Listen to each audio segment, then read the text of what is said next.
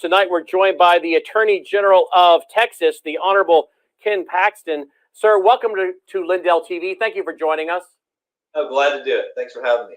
Well, I want to talk to you about something that's going on in Texas that's very concerning, and that is related to some changes in your laws there that could have a big impact on your ability to investigate crime, including voter crime. Can you speak to us about that tonight, sir? Yeah, so in 1951, the Texas legislature, pursuant to the Constitution of Texas, granted the Attorney General's office the ability to prosecute voter fraud, probably because local DAs were not doing it. So we've been doing that. We have probably 500 different counts going right now. A lot of those are mail-in ballot frauds. And for some reason, the Court of Criminal Appeals, which is we have a dual system in Texas, they are the ones that deal with criminal matters. The Texas Supreme Court deals with civil matters.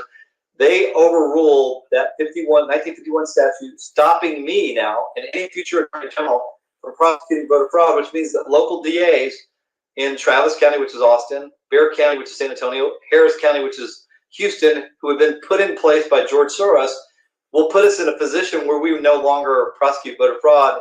And I think it will not take long for us to lose a state, potentially by this November. Okay, that's a lot. Okay, we got to break this down for the lay people. 1951, since 1951, there's been a statute that allows the Attorney General to investigate things, including voter fraud. Is that what you said? Yes, specifically related to voter fraud. The district attorneys in Texas have the ability to investigate and prosecute every other matter, which I think is a problem. But we at least have the ability to do voter fraud, which allows us to hold people accountable when in reality, if that is actually stands, which they're the highest court, we're asking them to hear this again, because if they don't overrule this, their own decision, we've got some real issues we're going to have to deal with in Texas. So, I mean, this is not hyperbole when I ask you this question. It's not a statement, it's a question. The question is this.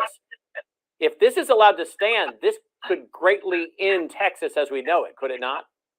Look, I am pretty sure that it will not take long, whether it's this November or 2 years from now or 4 years, it will not take long for them to win these counties. I mean, think about it. We won Texas. Trump won by about 620,000 votes last time. Harris County tried to mail out 2.5 million ballots last time. We stopped them. Travis County tried to mail out over 1 million ballots. There is no doubt in my mind that this was a strategy, that they waited. These guys, they're 9 members of this Court of Criminal Appeals. They're all Republican. It was an 8-1 vote. And they did it after the filing deadline, so no one could file against them in the Republican primary for the March primary. Okay, wait a minute. That's confusing. Did you just say the Court of Criminal Appeals is made up of all Republicans? It's shocking. Some of this had to be planned for, I believe, a long time, because you've got the DAs in place. Now the court inexplicably overrules their own precedent, overrules Texas Supreme Court precedent, overrules a 1951 statute, and ignores a provision in the Constitution allowing the legislature to create laws as it relates to my responsibility in the state. Is this making big news in Texas tonight? It was done on December 15th. The filing deadline was December 13th. They did it right before Christmas, right after the filing deadline. Of course, we have a March primary. Only one of the 9 has an opponent. So no, it wasn't covered. I've been speaking out as much as I can. I'm trying to make congressmen aware. I'm trying to make senators aware. I'm trying to make everybody aware so that they will call the Court of Criminal Appeals and ask for this motion to be reheard, that it be decided a different way. In fact, I think we have a graphic that we're going to put on the screen right now. I'll put it up there later when you leave as well. It is the mailing address for the Court of Criminal Appeals. It's their phone number. And I'll give that, it's there now, but I'll put it up after the Attorney General leaves as well. So, folks, if you want to get a pen and a piece of paper, I'm going to put that information up there as well, and you can let them know what you think about this. Let me read, if I could, sir, from I guess it's an article today, Town Hall by Chris Salcedo, if I'm saying that correctly. Salcedo. Thank you, sir. 2022 is off to a bad start, courtesy of the Court of Criminal Appeals. Let me read a paragraph or two and have you respond. A few weeks ago, the Court of Criminal Appeals handed down an 8-1 decision in the State versus Stevens, declaring unconstitutional a statute giving the Texas Attorney General, my guest right now, authority to, quote, prosecute a criminal offense prescribed by the election laws of this state, end quote. That statute, which has been around for several decades, has allowed Texas attorneys general to doggedly pursue election integrity. And so now we're hearing tonight that this is not, this is at risk here. First, this article lists several points. First, the criminal court, the Court of Criminal Appeals decision is illogical. It is illogical. Why would they even do this? I don't know. It was an 8-1 decision. Only one Republican voted the right way, a guy named Kevin Urey. Everybody else went the wrong way. I mean, this seemed very well planned because they waited till the filing deadline was over. They did it right before Christmas. And of course, our election's in November. This does everything that Joe Biden wanted to do nationally. This is the backdoor way to take Texas. If you take Texas, we have 5 members of the Texas Supreme Court up this time out of 9. Let's just say they win those 5 and they take my seat. We're done. We'll never get it back. And again, I got to clarify because the audience, I'm sure, has got their jaw on the ground. This was done by Republicans. Is that right again? Yes, but the reality is most people don't know these Republicans. The district attorneys are the ones that are involved in electing these people. Nobody pays attention to the Court of Criminal Appeals. They should, but people just don't know these people. They could be Republicans. Maybe they are. Maybe they're not. They say they are. But this ruling makes me very suspicious to some of the members of the court. Okay, so you just are saying that these people are put there by the district attorneys. No, what I'm saying is they are elected, but the district attorneys are the ones that pay attention. They're the ones that fund them, and they're the ones that care about this decision because now they have nobody overseeing them. They can do whatever they want under state law. They can't be, district attorneys can allow crimes to be committed, whether it's voter fraud or any other crime, and there's nobody that can do anything about it. If they allow it, it's done. Okay, but they help fund it. Wow. Okay, so tell me how much you think, because you've mentioned the name, and I agree. How much do you think George Soros is involved here in Texas? Amazing. He has done, I would give him a lot of credit for thinking this thing through for probably a decade because he came in counties that Republicans could never win in. We had the DA of Bexar County was a pretty good Democrat. He would prosecute. I didn't agree with him on everything. Same with the DA in Travis County. And George Soros funded their opponents to take out Democrats who were prosecuting. So now he has people in place who won't prosecute almost any crime. Of course, if you're a Republican, you might get prosecuted. But if you're committing regular crimes, you may never be prosecuted. And voter fraud is one of those crimes now that's off the table. So this, again, no hyperbole, this is an existential threat to the state of Texas. It's an existential threat to the state of Texas and to the entire country because if Texas goes Democrat, we will have a one-party country. Texas will be one party. The whole country will be one party. They won't need to pass H.R. 1 because it's already done. Wow. Secondly, he points out in this article here in Town Hall, secondly, the court their decision sweeps away over a century of precedent.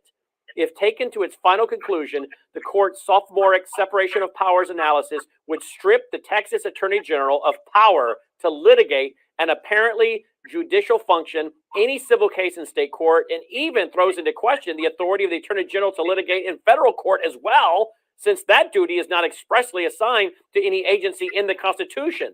This can't be right, he writes. No, Salcedo has it exactly right, because taken to its logical conclusion, they're saying I'm part of the executive branch, therefore I can't perform a judicial function, which is prosecute voter fraud. Well, everything I do is in the courts. It's related to a judicial function.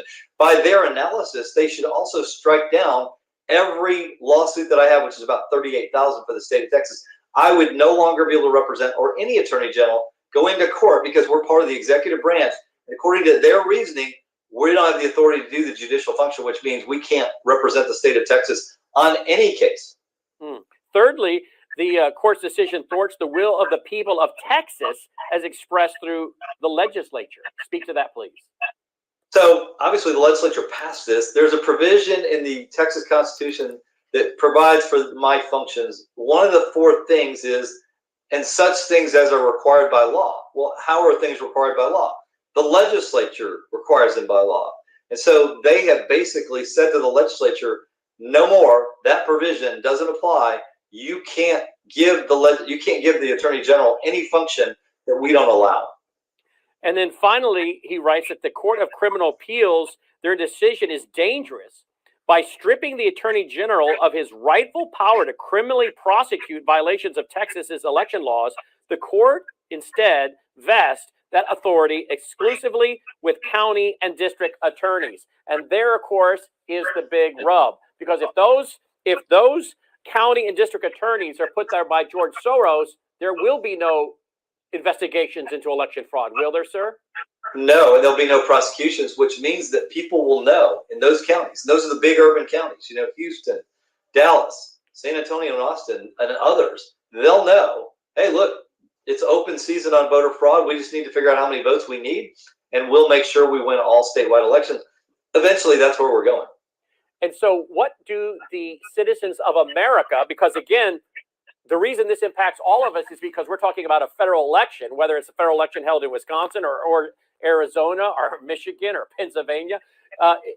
This is a federal elections held in Texas. So me in Tennessee, I'm impacted by what these guys don't do when it comes to enforcing the law on a federal election. So what would you have the people of Texas do tonight, but also the people of America do tonight? I would say contact the Court of Criminal Appeals, call them out by name. I mean, you can look them up. There's 8 of them that voted the wrong way. Call them, send mail, send email. And I'd encourage Texans to talk to their legislators to make them aware of it, because most of Texas legislators don't realize what's about to happen in Texas. Can the legislature get involved and do something about this?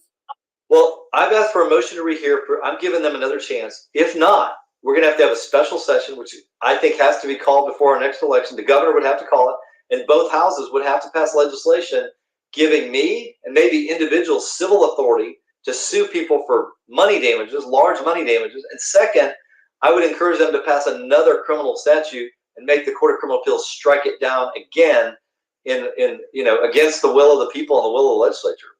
Well, you have the floor to come back here and speak to all the people on Lindell TV, and we know we're live now, but we'll also take the tape of it, spread it far and wide, post it everywhere. We would welcome to hear from you anytime, any update you want to give the people of Texas or America on this. Would you please come back and give us those updates as warranted?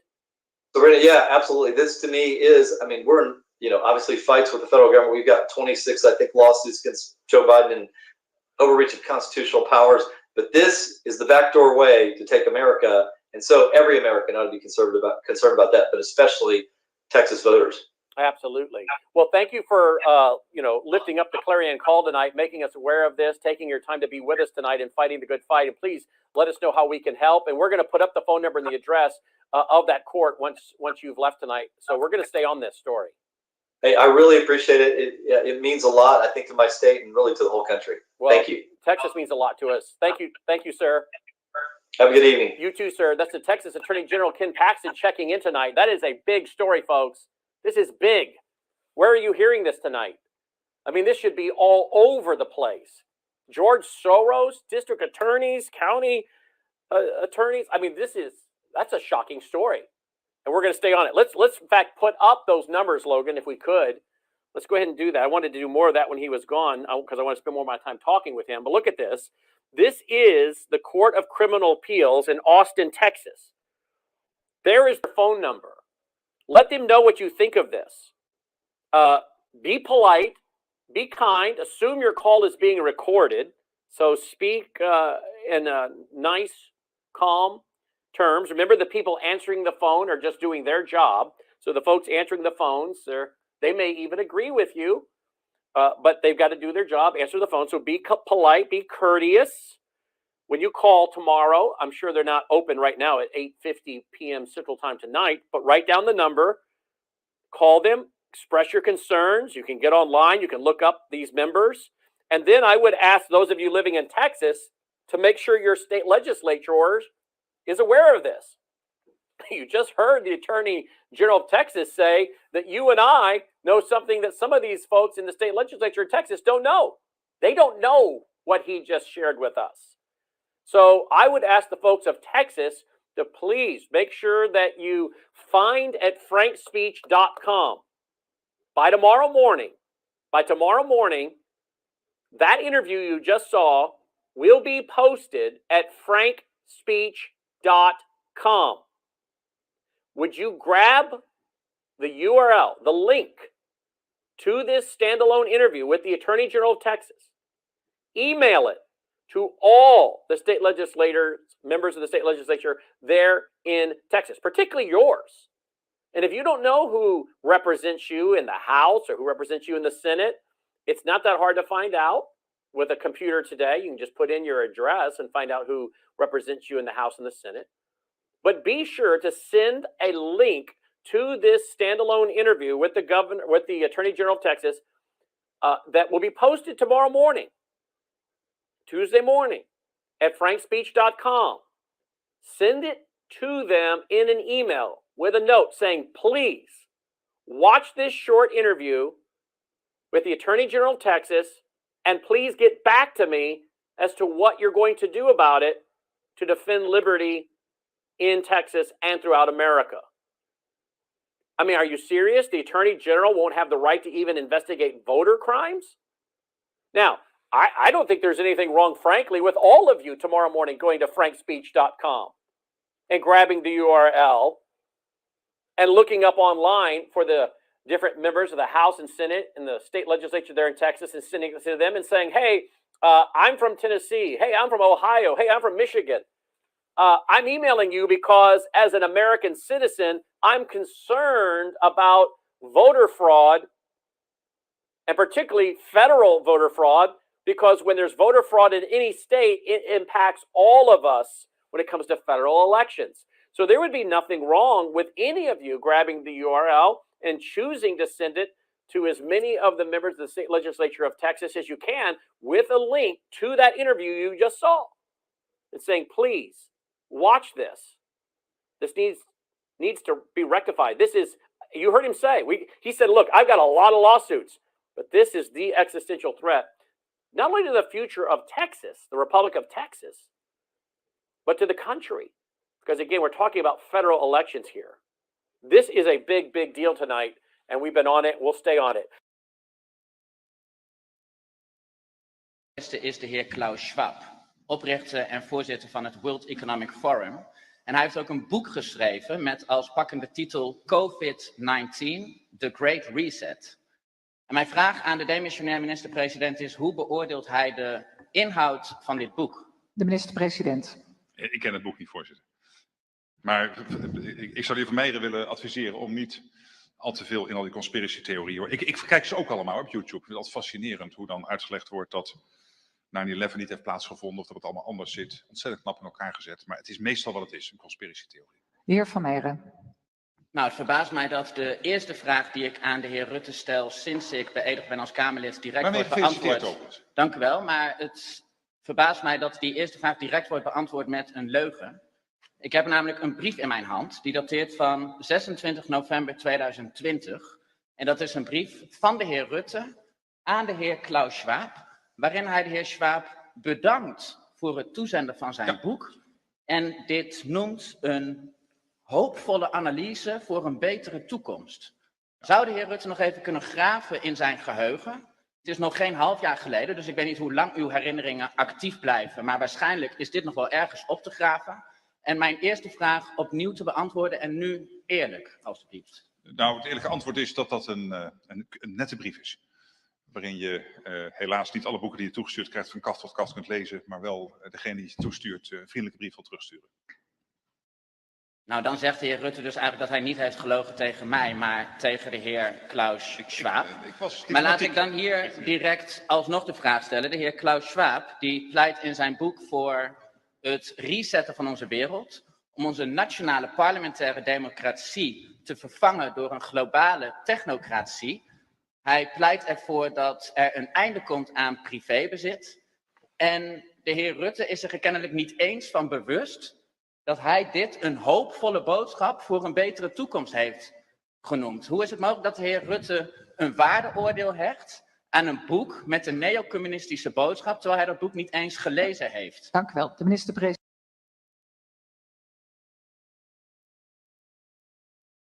My question is on the January 6th. What have you done to help any of these people that are being held without any due process? There is no due process. They're political prisoners. Representative Crenshaw, what have you personally done to help get them out? Look, I agree with you. You can't, and this is a problem throughout the country. You cannot hold somebody without due process and without a swift trial. You just can't. They are doing it. And what power do we have? I wish I could tell you something, that there's a bill we could pass, that we had the majorities. I wish there was. Have you done anything to help is my question. Look, like I said, I mean, what? You're a congressman that represents the state of Texas. Is there anything else you can do? I mean, do we throw our hands up and say, I'm sorry?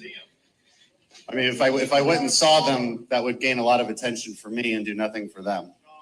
That's the truth. That's the truth. Hey, if you want a performance, they can give you a performance. Okay. I wish I had the authority to help. We do not. I'm not going to lie to you and tell you we have authorities that we don't. Hey, I'm not a dictator, sir. If you want to elect dictators, then you wouldn't live in America. Let's Truthful answers. You don't like truthful answers about what our.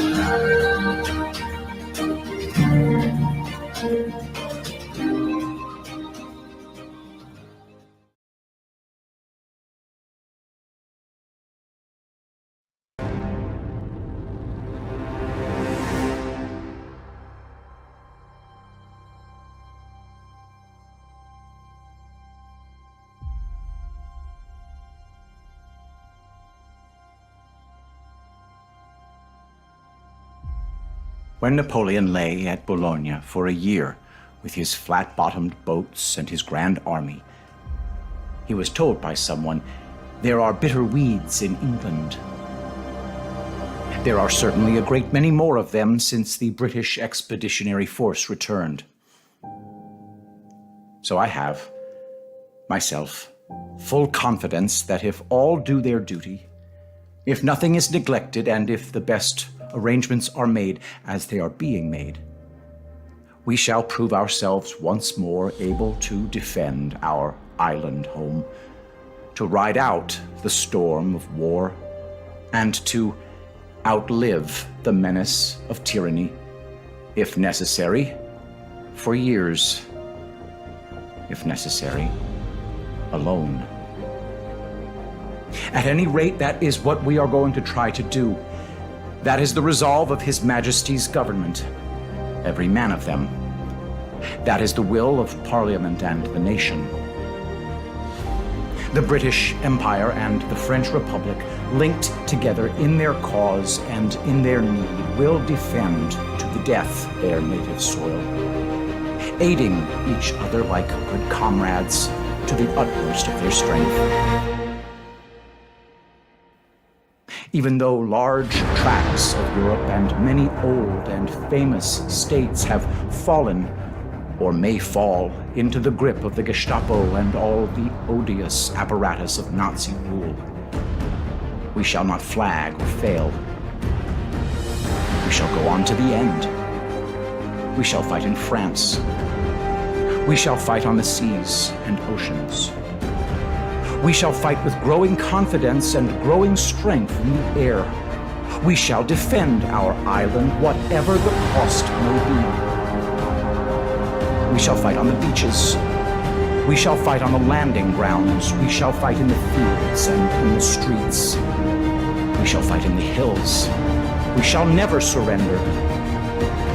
And even if, which I do not for a moment believe, this island or a large part of it were subjugated and starving, then our empire beyond the seas, armed and guarded by the British fleet, would carry on the struggle until, in God's good time, the new world with all its power and might steps forth to the rescue and the liberation of the old.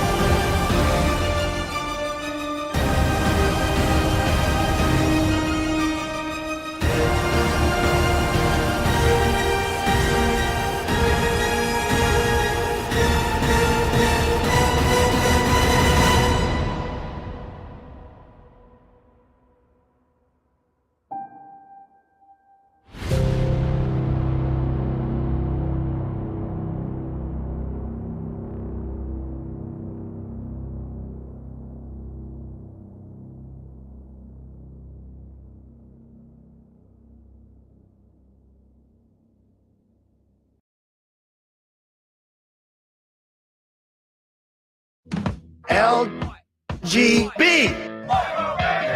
LGB. LGB. LGB. They say LGB everywhere I go. LGB. What it means, I don't know. LGB. Whatever it is. LGB. Kamala, help me, please. Please. Alrighty then. Thank you. LGB. That's let's go, Brandon, right? LGB. This means let's go, Brandon. No. LGB. Sounds like let's go, Brandon, I guess. LGB. All right. Let's go, Brandon. I am Cornholio. Chant LGB. Right wing and left wing. LGB. Go, you know the thing. LGB. If you don't sing that back. LGB. And you ain't black. LGB. Let's go, Brandon. LGB. Let's go, Brandon. LGB. Let's go, Brandon. FJB. Let's go, Brandon. I'm Joe Biden, and I forgot this message. Greetings, my friends. Welcome to yet another Reading Epic Threads live stream. I'm your host, Patrick Gunnels, coming to you from the suburbs of Houston, Texas, this January 18th, 2022 at 8:02 p.m. Central Standard Time. It's a very special episode of Reading Epic Threads because we have ourselves a new Prussiagate, specifically this time talking about the philosophical subversion of the entire world by the Prussians, using a very specific philosophy going all the way back to the Teutonic Knights. Now, it's a long one, guys, and as I was reading it, I felt myself truly opening my mind to what's really going on and the edifice of power that we are truly bringing to the ground. So I want you to just go into this with an open mind, understanding that it is a long one, guys. It's long. I pre-recorded this just in case. And I did get to do one jump cut for a quick break. It's not Tartarians, Claude, but you're on the right track. So I'm going to get into it as quickly as I can. I want to let a few more kind of file in. In the meantime, guys, do you have collagen? If you don't have collagen, you need to get collagen from Reading Epic Threads. That's right. ret.isogenics.com. ret.isogenics.com. This is fantastic stuff. Good for your skin, good for your hair if you have it. Good for your joints. Good for the entire integument. Is that a word? I don't know. Tell me, doctors. Do you even know? I mix it with my apple juice. And then I get my Isogenesis vitamin packs, my friends. One in the morning, one in the evening. I do supplement this with 250 micrograms of vitamin D3 and 200 micrograms of selenium. Because even the whites need to supplement D. Yes, K-Meyer 1, integumentary, but then the non-adjectival form would be integument. So there's that. Yes, I know that word too. Anyway, all right. So, guys, normally I would keep running my mouth. However, I think it's pretty important that I go ahead and get started as soon as possible in playing this. So let's go ahead and do that. I think I'm going to jump in with a quick commercial break right in the middle for Threadfest, because, you know, what else are you going to do if you're not going to shill for your events? Furthermore, I may jump in with an advertisement for something or another. It's a long one. It's just under 2 hours, guys, and it's worth every microsecond. I'm going to tell you right now, while I was reading this out loud, genuinely, the time flew by. I actually started at UT as a philosophy major, and I learned about Hegel, which you're about to learn about Hegel. And it really, really helps to read this article before you think about any of this stuff. This is a big one. I'm really excited to present it to you. So I think we're just going to go ahead and do that. So right now, without further ado, let us look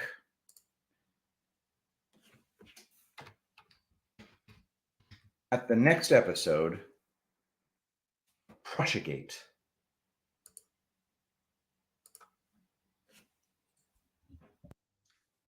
From Prussiagate.substack.com. Hegel, War, the Owl, and the Slaves of Bohemia by Will Zoll. We are now at a critical juncture in Prussiagate. What started out as a random exploration into President Trump's oranges of the investigation has morphed into a project which appears to grow with every dig. The information just keeps presenting itself, adding to the weight of insight around this tyrannical rule that has exerted itself upon humanity. We truly do have more than we know. It's just been invisible all this time. As Comte de Mirabeau stated, Prussia is not a nation with an army, but an army that controls nations.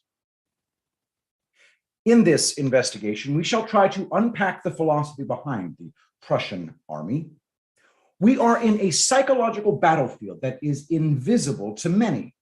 By analyzing our opponent's mindset, we can hopefully shed light on the horrible invisible enemy that we, the people, face today.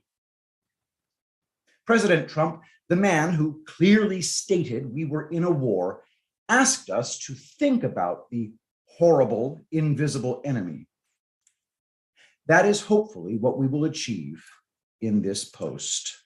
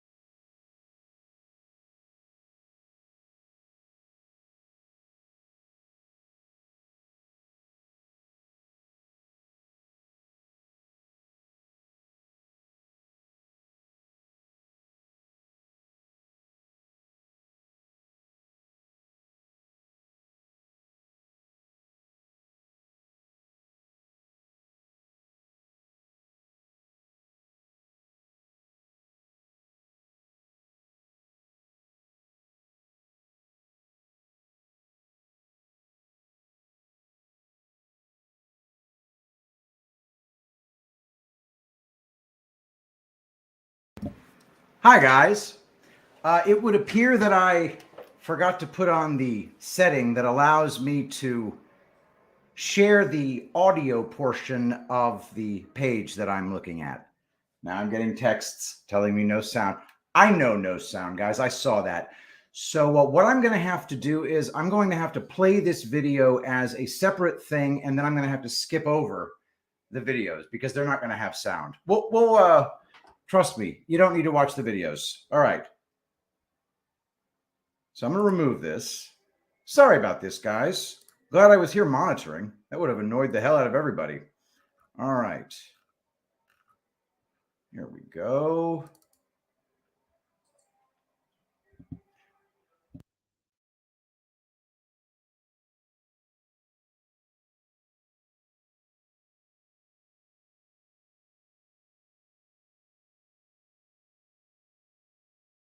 All right, guys. Yeah, it's not recorded. So what I'm going to have to do is play it. And then from Prussiagate.substack.com. Pause. I apologize for this, guys. I'm going to have this problem rectified lickety split. Great 84 517. Yeah, well, wanting ain't getting. All right, 1 second.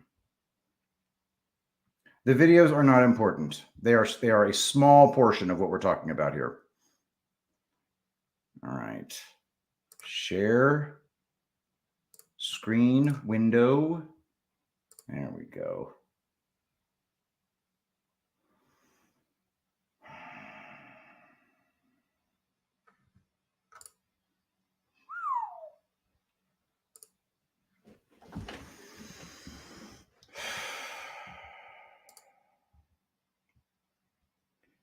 I need you to tell me right now if you can hear this, guys. Hegel, War, the Owl, and the Slaves of Bohemia.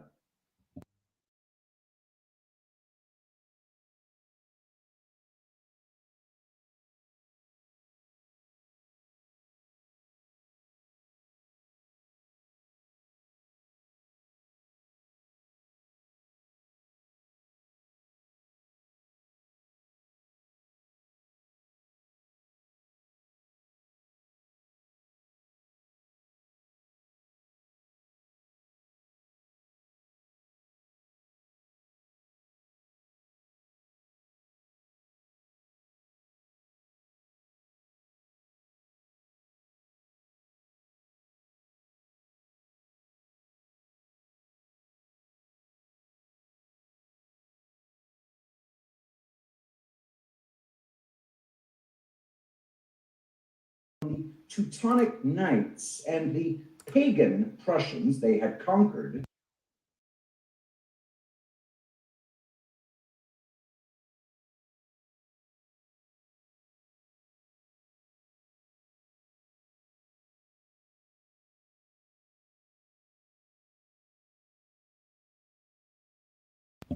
All right, guys.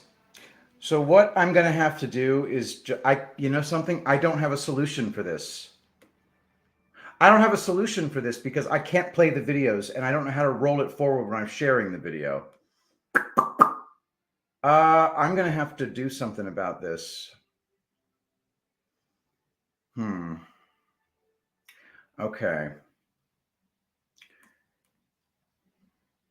Okay, I think I might have figured it out. 1 second.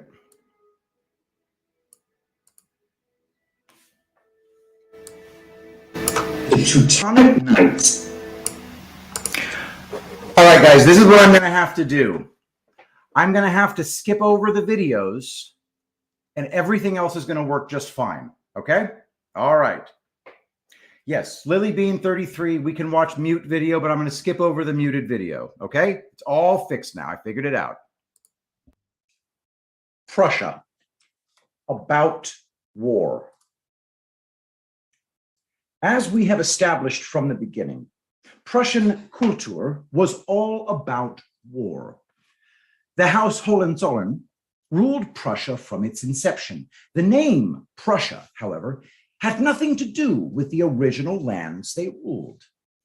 It was the name of the lands they acquired from the Teutonic Knights and the pagan Prussians they had conquered during the 12th century. The pagan Prussians fought hard. The Prussian uprisings were a brutal, long, bloody war, which the Teutonic Knights eventually won. From medievalists.net, the Prussian uprisings, a story of knights, pagans, traitors, and miracles. Quote, finally, the Prussian uprisings played a vital role in establishing the Teutonic Knights' ideology and mythos.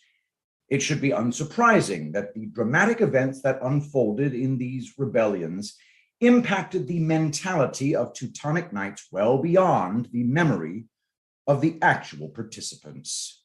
End quote. The Hohenzollern family actually started out as Counts of Zollern in the south of Germany. Somewhere around 1200 AD, they became the Burgrave of Nuremberg, perhaps shedding light on the location of the Nuremberg trials. In 1417, they acquired the Margraviate of Brandenburg, and in 1525, the Hohenzollern received the Duchy of Prussia by the King of Poland.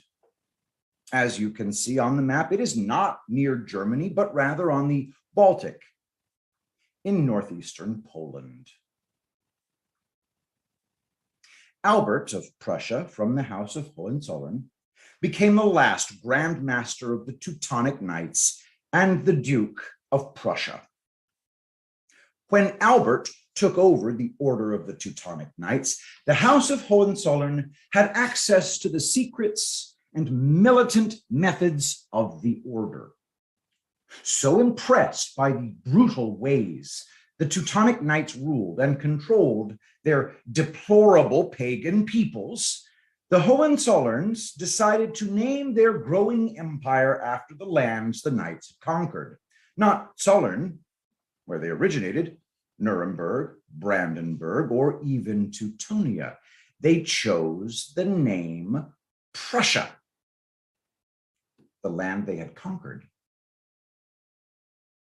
This is an important part of the history of the Kingdom of Prussia because it lays out the ideology that was adopted by the Hohenzollern dynasty. In turn, this established their methods of rule right up to the end of World War I. In the spirit of the Teutonic Knights, they placed themselves on a permanent war footing. Friedrich the Great, diplomacy without military might is like music without instruments. Honoré Mirabeau, war is the national industry of Prussia. Napoleon Bonaparte, Prussia was hatched from a cannonball. Voltaire, where some states possess an army, the Prussian army possesses a state. If these testimonies about Prussia were not enough, some of the greatest military strategists were also Prussian.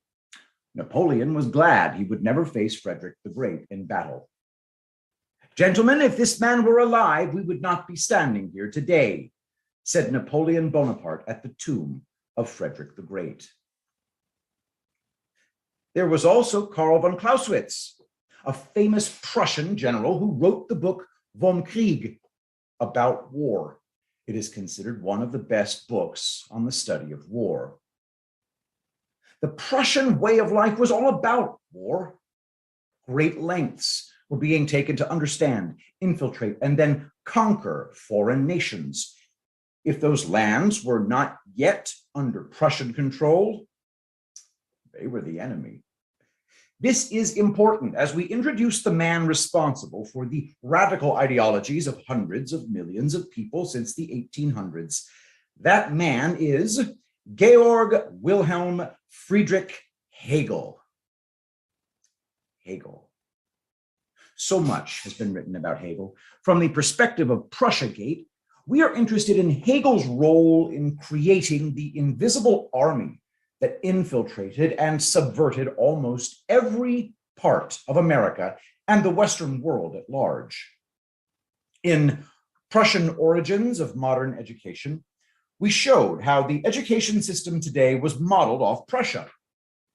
We looked at how the elites of the day traveled to Prussia to study and receive the coveted PhD from Berlin, and how many of the woke teachers today see it as their duty to indoctrinate our children.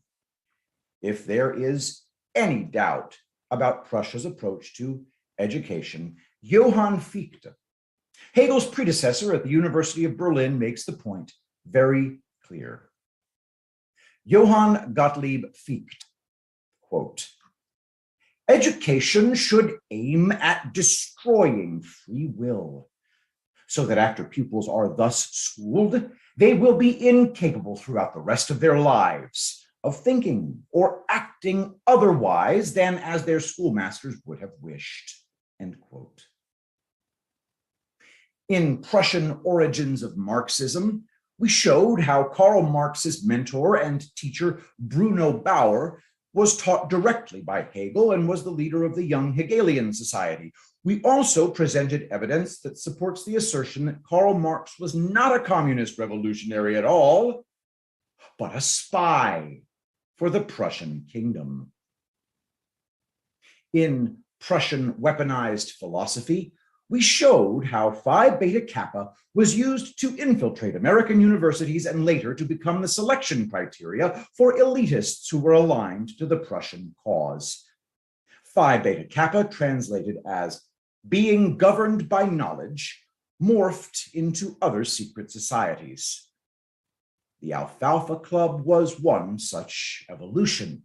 Its founders claim they hold documents outlining a secret power that was previously in the hands of the Kaiser of Germany. The Alfalfa Club then provided America with think tanks, such as the Council on Foreign Relations, the Trilateral Commission, and others. In the Prussian Origins of Skull and Bones, we showed that Phi Beta Kappa moved to Yale. William Huntington Russell traveled to Germany to study, and he was most likely heavily influenced by the teachings of Hegel, as that was all the rage of the day. When he returned to Yale, he founded Skull and Bones with Alphonso Taft in 1832. Upon investigating the Skull and Bones symbol, we come to find that the order is a militant arm of a German secret society that resembles Friedrich the Great's military branch, the Hussars. Alphonso Taft went on to become the U.S. Secretary of War. In the Prussian Origins of the U.S. Federal Reichsbank, we discover that many of the elites pushing for a central bank were heavily influenced by Prussia, either through academia, industrially, or by direct lineage. Many of the key players bamboozled the public into believing that a private U.S. central bank was a good thing for the people, something completely contrary to the views of many of the founding fathers. All of these initiatives have one thing in common: the philosophies of Hegel. Hegel and his devotion to Prussia. Karl Popper was considered one of the most important thinkers of the 20th century. He is famous for providing an alternative to the popular scientific method known as the theory of falsification. In short, the falsification principle proposed by Popper is a way of demarcating science from non-science. It suggests that for a theory to be considered scientific, it must be able to be tested and conceivably proven false. This would be a wise approach today, where elitists demand that we trust the science. The other incredible contribution Popper gave to humanity was his book, The Open Society and Its Enemies. Popper attempts to address the philosophical and psychological sources of totalitarianism, offering his version of a peaceful utopian world he termed the Open Society. Ironically, this book has been viciously criticized by academics. It has also become the namesake of George Soros's Open Society Foundations. Soros claims to have been heavily influenced by the book, which is odd, considering his nonprofit organization is anything but open. Think mirror. Think projection. Open Society logo. Please note. Popper blames the rise of totalitarianism. He wrote the book from 1938 to 1945 on Plato, Marx, and Hegel. Popper devotes 2 entire chapters to Hegel. He explains why he believes the legacy of Hegel has led to 20th century totalitarianism. Most importantly, he states that Hegel was not a free thinker at all, but rather was appointed to serve his master and provide the intellectual justification for their totalitarian methods of rule, including their culture and passion for war. Popper believes that Hegel's master was none other than the Hohenzollern, the kings of Prussia. Quote,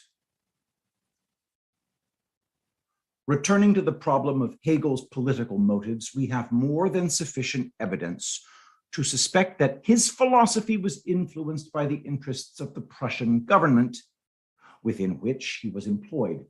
But under the absolutism of Frederick William III, such influence implied more than Schopenhauer or Schweigler would know. Only in the last decades have the documents been published that show the clarity and consistency with which this king insisted upon the complete subordination of all learning to state interest, end quote. Hegel was living in a time when Prussia was mobilizing its people to be totally devoted to service of the state. Fichte, his predecessor at the University of Berlin, was unapologetic and stated this clearly. It seems illogical that Prussia would simply hand over control of the most esteemed academic institution in the world to Hegel if Hegel was a free thinker. Hegel had to be, first and foremost, loyal to his Prussian king.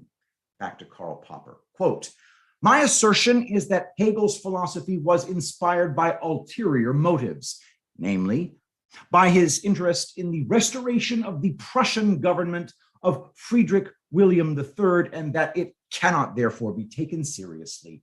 It is not new, end quote. Popper quotes Hegel directly regarding his loyalty to the state of Prussia.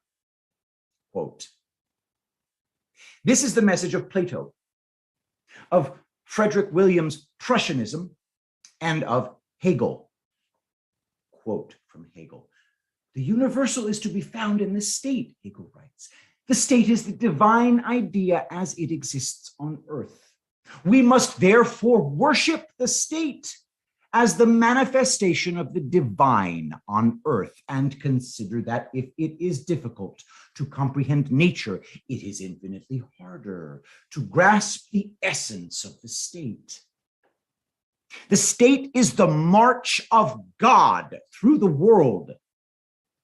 The state must be comprehended as an organism. To the complete state belongs essentially consciousness and thought. The state knows what it wills. The state is real, and true reality is necessary. What is real is externally necessary. The state exists for its sake. The state is the actually existing, realized moral life. End quote Hegel, end quote Popper. It was no secret that Hegel loved his state and willfully served his Prussian master. Quote, if you want to love, you must serve. If you want freedom, you must die. Georg Wilhelm Friedrich Hegel. His view on freedom is intriguing. Considering the period, America had just declared its independence, defeated the British, and implemented a constitution that endowed its people with freedom and rights endowed them by God. Americans had fought bravely to obtain their freedom. Conversely, Hegel's view on those who wanted freedom is that they must die. Why would American elitists want to travel to Berlin to receive a PhD from this guy? In case there is any doubt on Hegel's thoughts on the matter, Popper summarizes from Hegel's encyclopedia. Quote, how can anybody be so stupid as to demand a constitution for a country that is blessed with an absolute monarch, the highest possible grade of all constitutions anyway? Those who make such demands obviously know not what they do and what they are talking about. We have here Hegel's absolute dialectical proof that Prussia is the highest peak. End quote. Hegel was an unapologetic, intellectual minion for Prussia. The institution of Hegel. At the time, American elites were clamoring to travel to the finest education institution in the world. Hegel and his philosophies were all the rage. To return to America with a Prussian certificate of approval, PhD, would give you access to the finest jobs in academia, politics, and industry. In my mind, this appears nothing more than a successful marketing campaign. Hegel and the university leaders were devout Prussian loyalists. Why would citizens of other free nations seek the approval of a totalitarian state-funded university? The first clue to answering this question lies in where the modern PhD originated. Of course, it was Prussia. From theclassroom.com, history of the PhD degree, quote, the first dissertations. Friedrich Wilhelm University in Berlin, Germany was the first university to award a PhD for a course of study that today's doctoral students would recognize. That is, a sequence of coursework followed by completion and successful defense of a dissertation of original research, end quote. The second clue lies in the intellectual bamboozling of students. Bizarrely, Hegel's ramblings were incoherent. As Popper points out, quote, I have tried hard to translate this gibberish from Hegel's philosophy of nature as faithfully as possible. He writes, quote, sound is the change in the specific condition, merely an abstract or an ideality, as it were, of that specification, but this change accordingly is itself immediately the negation of the material specific subsistence, which is therefore real ideality of specific gravity and cohesion, i.e., heat.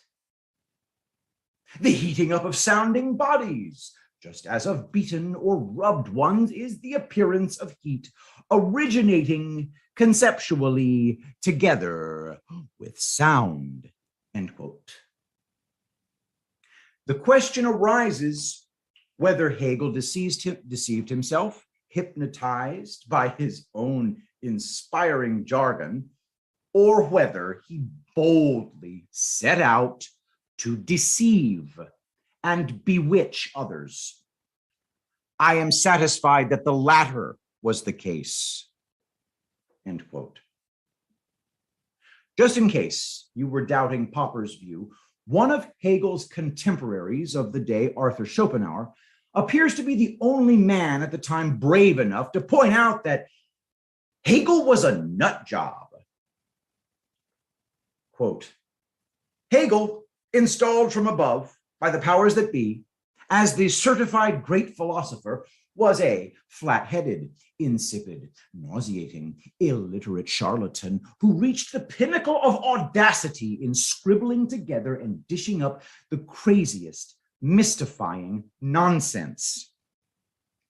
This nonsense has been noisily proclaimed as immortal wisdom by mercenary followers and readily accepted as such by all fools, who thus joined into as perfect a chorus of admiration as had ever been heard before, end quote. Was the phrase mercenary followers referring to an army? Schopenhauer was trying to expose Hegel as a babbling, nonsensical puppet. It appears that there is nothing new under the sun.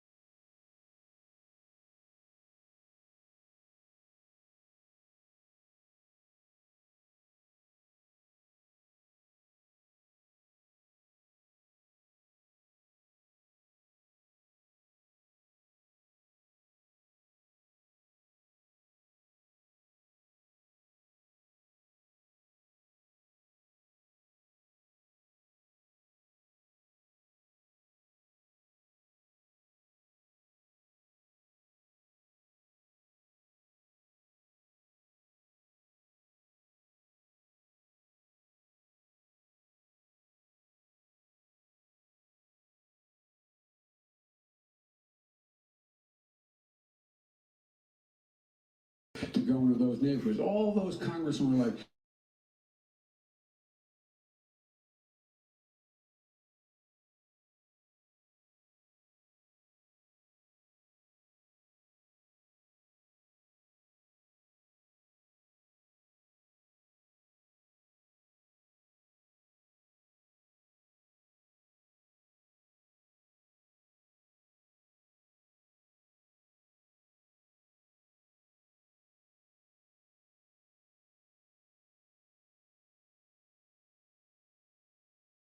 writing just as talented as white kids, wealthy kids, black kids, Asian kids. First, I never believed we'd have to fight this hard, though. I never believed it'd be this much in jeopardy. We launched our campaign over on the Oval back in May 9, 2019. But you know what I said then, we've been through a lot since then. What I said then is even more true today. COVID has taken this year, just since the outbreak, it's taken more than 100 years. Look, here's the lives. When you think about it. I come out of the black community in terms of my support. If you notice, I have more people supporting me in the black community that have vouched for me. The only African-American woman that's ever been elected to the United States Senate. A whole range of people. No, my point is... That's not true. The other one's here. I said the first African-American woman. We're going to create a new bio-based multi-manufacturing job for environment to deal farmers in on the benefits of a changing economy. One of the things that the leader of the United States Senate, the Speaker of the House. You got more questions, but I tell you, if you have a problem figuring out whether you're for me or Trump, then you ain't black.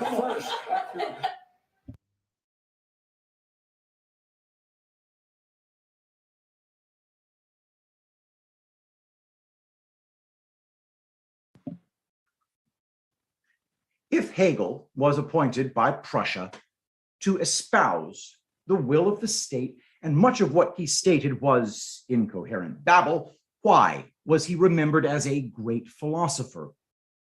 Was the goal to create an institute of elites who could only take part in the great Prussian march toward world domination? Popper explains, quote, "In spite of all this, it seems improbable that Hegel would ever have become the most influential figure in German philosophy without the authority of the Prussian state behind him. As it happened, he became the first official philosopher of Prussianism, appointed in the period of feudal restoration after the Napoleonic Wars. Later, the state also backed his pupils, and they, in their turn, backed one another." End quote. It appears that the Institute of Hegel was nothing more than a marketing campaign to attract the elitists of the world to their esteemed Prussian universities. Learning to endorse fellow brethren and speak mindless gibberish seemed to provide access to the Club of Prussia, either through the newly formed PhD or entry into a secret society. Upon receiving membership, the elites would return back to their home countries and receive some of the most prized career paths their nations offered. This was best illustrated in America with Skull and Bones. It must be acknowledged that this is one of the best plans of infiltration ever executed in human history. The Institute of Hegel was an elitist Prussian cult. Hegelian philosophy, master, slave, and world domination. The philosophy of Hegel was the philosophy of Prussia. The core of this philosophy is known as the Hegelian dialectic. For the purpose of Prussiagate, a simple infographic provides the best explanation. Hegelian dialectic. Agenda: shut down alt media. Thesis: faking fake news to cause public outcry. Antithesis: online Big Brother censorship. Synthesis: removal of free speech on the web. From the watchtowers.org, the Hegelian dialectic problem, reaction, solution. What Hegel, Prussia, unleashed has been credited to the creation of radical communism and fascism and the hundreds of millions of deaths that followed. From sites.psu.edu, Georg Wilhelm Friedrich Hegel, quote, "Introduction. Many of you readers have probably not heard of Hegel. But what if I were to tell you that this 19th century philosopher might have been the most evil man ever to live? For the philosophy that he created would go on to cause the deaths of anywhere between 150 to 230 million people in the 20th century. For his ideas would go on to form the foundation of two of the world's most heinous ideologies, fascism and communism." End quote. This is also substantiated by Popper. From Popper, quote, "In politics, this is shown most drastically by the fact that the Marxist extreme left wing, as well as the conservative center and the fascist extreme right, all base their political philosophies on Hegel. The left wing replaces the War of Nations, which appears in Hegel's historicist scheme, by the War of Classes. The extreme right replaces it by the War of Races, but both follow him more or less consciously." End quote. How does Popper and others derive their conclusions on Hegel and his legacy? This is answered by Hegel's ultimate dialectic, the master-slave dialectic. From exploringyourmind.com, Hegel master-slave dialectic, quote, "Therefore, according to Hegel, the main characteristic of human beings is imposing themselves on others. Self-consciousness is created only when others recognize them as autonomous beings. At the same time, self-consciences wage a fight to the death between them. End quote. The philosophy of Hegel is the philosophy of Prussia. The Prussian ideologists fundamentally believed that the human conscience is in a constant state of war unto death. This results in a reality of master-slave relationships, the realm of constant tussle. From exploringyourmind.com, Hegel, Master-Slave Dialectic, quote, Hegel constructed his master-slave dialectic based on these concepts. It proposed that from the first moment of history, two figures are formed, the master and the slave. The first one imposes himself on the second. They do it by not recognizing their desires. The master objectifies the slave, who then has to give up his desire for recognition, basically out of a fear of dying, end quote. The fear of dying is what determines the status of a slave, according to Hegel. This concept did not die with Hegel. It morphed into a science for power and profit.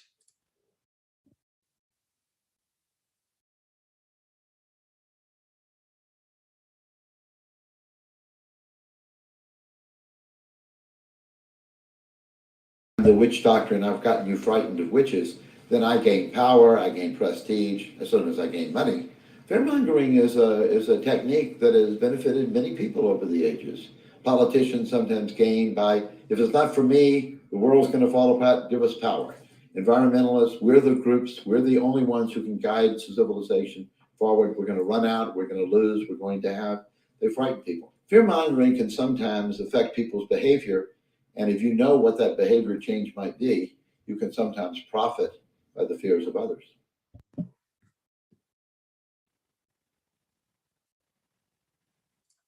As we watch those around us devolve into fear and panic at every turn, thanks to the mainstream media, the powers that be, that Schopenhauer explained, seek the willful submission of their subjects. This is not science fiction. They were planting this narrative into humanity. Popper points out the absurdity of the whole concept. From Popper, quote, thus, if I wish to emerge into existence, surely a modest wish, then I must assert my personality. This still rather popular theory leads, as Hegel sees clearly, to a new justification of the theory of slavery. For self-assertion means, insofar as one's relations to others are concerned, the attempt to dominate them. Indeed, Hegel points out that all personal relations can thus be reduced to the fundamental relation of master and slave, of domination and submission. Each must strive to assert and prove himself, and he who has not the nature, the courage, and the general capacity for preserving his independence must be reduced to servitude. Nations must assert themselves on the stage of history. It is their duty to attempt the domination of the world. End quote. It appears Hegel's obsession to wage war on human consciousness is merely a projection of the long-standing Prussian ideology of world domination.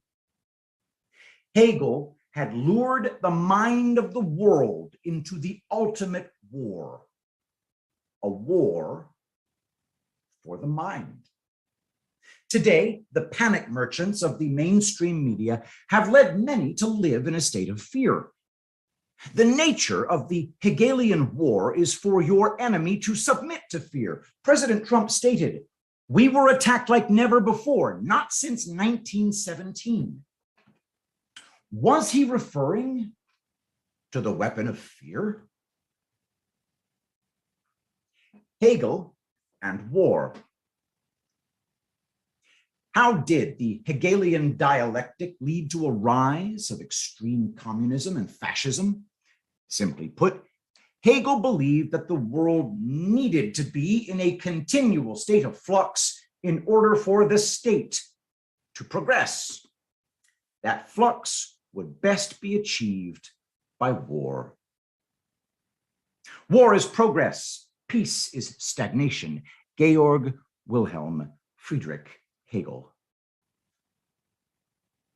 How would a state of war be achieved? As Popper points out, instead of having rational argument on a topic in where common ground is achieved, Hegel wanted a clash to the death of two opposing ideas. The master and the slave would evolve. One must submit to the other, tyranny versus freedom. Hegel adopts from this doctrine the equation, ideal equals real, from Popper. This was not about rational debate. It was about developing ideologies that would radicalize people into believing their defined identities, as defined by the experts or the state, were real. Instead of finding common ground, it was about the annihilation of those who disagreed. Hegel wanted us divided. Divided, we are weak. Karl Marx achieved this division by having his Marxist followers identify as the slaves, the oppressed. The slaves were to overthrow their capitalist masters, the oppressors, and flip the master-slave relationship around by subjugating or exterminating anyone who identified with capitalism. This ideology became reality for many. Believers were radicalized. This placed nations into a state of war. Since its inception, communism has destroyed many nations and countless millions of lives. For the fascist Nazis, the master-slave battle was about race. The Nazi interpretation of the Übermenschen declared the Aryan as the master race. The term master explicitly implies its opposite, being the slave. This was an ideology that became hellish reality for Europe from 1933 until 1945.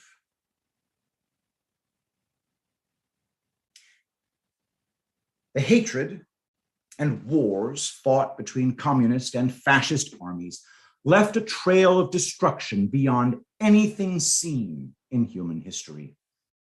Yet, both find their ideas rooted in the Prussian philosophy of Hegel, and both end up with the same totalitarian government structures. Out of the ashes of these ideological wars rises the progress of Hegel's ideal state, the emergence of Prussia. Hegel was unashamed about his view on the value of war. He believed war was ultimately the best thing for the state and therefore for Prussia. From Popper, quote, and quoting Hegel, "There is an ethical element to war," said Hegel. "It is necessary to recognize that the finite, such as property and life, is accidental. This necessity appears first under the form of a force of nature, for all things finite are mortal and transient. In the ethical order in the state, however, this necessity is exalted to a work of freedom, to an ethical law. War now becomes an element of right. War has the deep meaning that by it, the ethical health of a nation is preserved and their finite aims uprooted. War protects the people from the corruption which an everlasting peace would bring upon it. History shows phases which illustrate how successful wars have checked internal unrest. These nations, torn by internal strife, win peace at home as a result of war abroad." end quote. It is hard to fathom that anyone would take this stuff seriously. Unfortunately, not only was it taken seriously, but it became deeply embedded within elitist circles in America and around the world. Men would return home from Germany with a certificate and a radicalized belief that a master-slave battle was essential for the survival of humanity. The first American expansionist war was the Spanish-American War of 1898. This marked the rise of America on the global stage and the fall of the Spanish Empire. Theodore Roosevelt was deemed a war hero, and so began his ascension on the political stage. The president at the time of the Spanish-American War was William McKinley. You may recall in Prussian Origins of the U.S. Federal Reichsbank that he was one of the 8 presidents who openly opposed central banking. When McKinley was assassinated in 1901, Theodore Roosevelt, his vice president, took over as president and dropped the banking antitrust legal proceedings against North Trust. In 1904, he appointed Skull and Bones member William Howard Taft as the Secretary of War. In 1908, Taft became president and began promoting the idea of a central bank. His close associates ensured the central bank model would be similar to that of the Prussian Reichsbank. The Prussian window of 1871 to 1917 truly was when this enemy became invisible and went global. The Spanish-American War showcased the rise and progress of all things Prussian. Hegel was unashamedly confident of this theory. Here, he talks about the invention of gunpowder as a tool of war. Humanity needed it and made its appearance, forthwith, end quote from Hegel. Gunpowder would not just be available to these Prussian psychopaths. In the same metaphoric sense, patriots would have the firepower to begin to expose this evil ideology. Let's meet one of the greatest patriots who ever lived. General Smedley D. Butler. Prussia, Hegel, and war rebuked. Proudly carrying their new German certificates of academic achievement, the political, academic, and industrialist elite were swept up in Hegel's vision of war is progress. Innocent people were subjected to some of the bloodiest and costliest wars in human history. One of the most important books of our time is War is a Racket by General Smedley Butler. In stark contrast to the incoherent ramblings of Hegel and his followers, Butler's book is clear and concise and can be read in about an hour. His message is as simple as the title. War is a racket. Who was General Butler? From Wikipedia, quote, Butler served in several major world conflicts, including the Spanish-American War, the Philippine-American War, the Boxer Rebellion, and World War I. During his time in service, Butler became known for his bravery and relentless leadership in battle, and he was rewarded with several distinctions, including multiple medals of honor, an Army Distinguished Service Medal, the Marine Corps Brevet Medal, and a Navy Distinguished Service Medal. In total, Butler served for 34 years in the Marine Corps and earned 16 medals for his time in service. He is currently the most decorated Marine veteran of all time. He died in 1940 at the age of 58.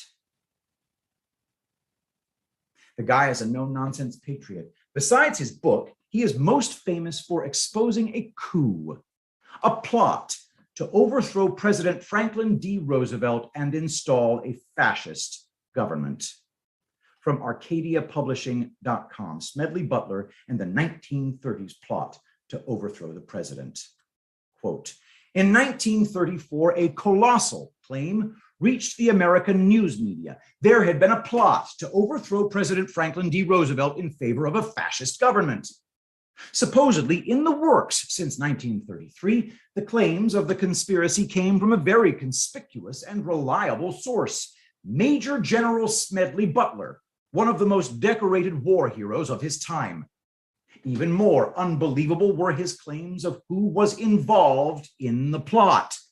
Respected names like Robert Sterling Clark, Grayson M.P. Murphy, and Prescott Bush.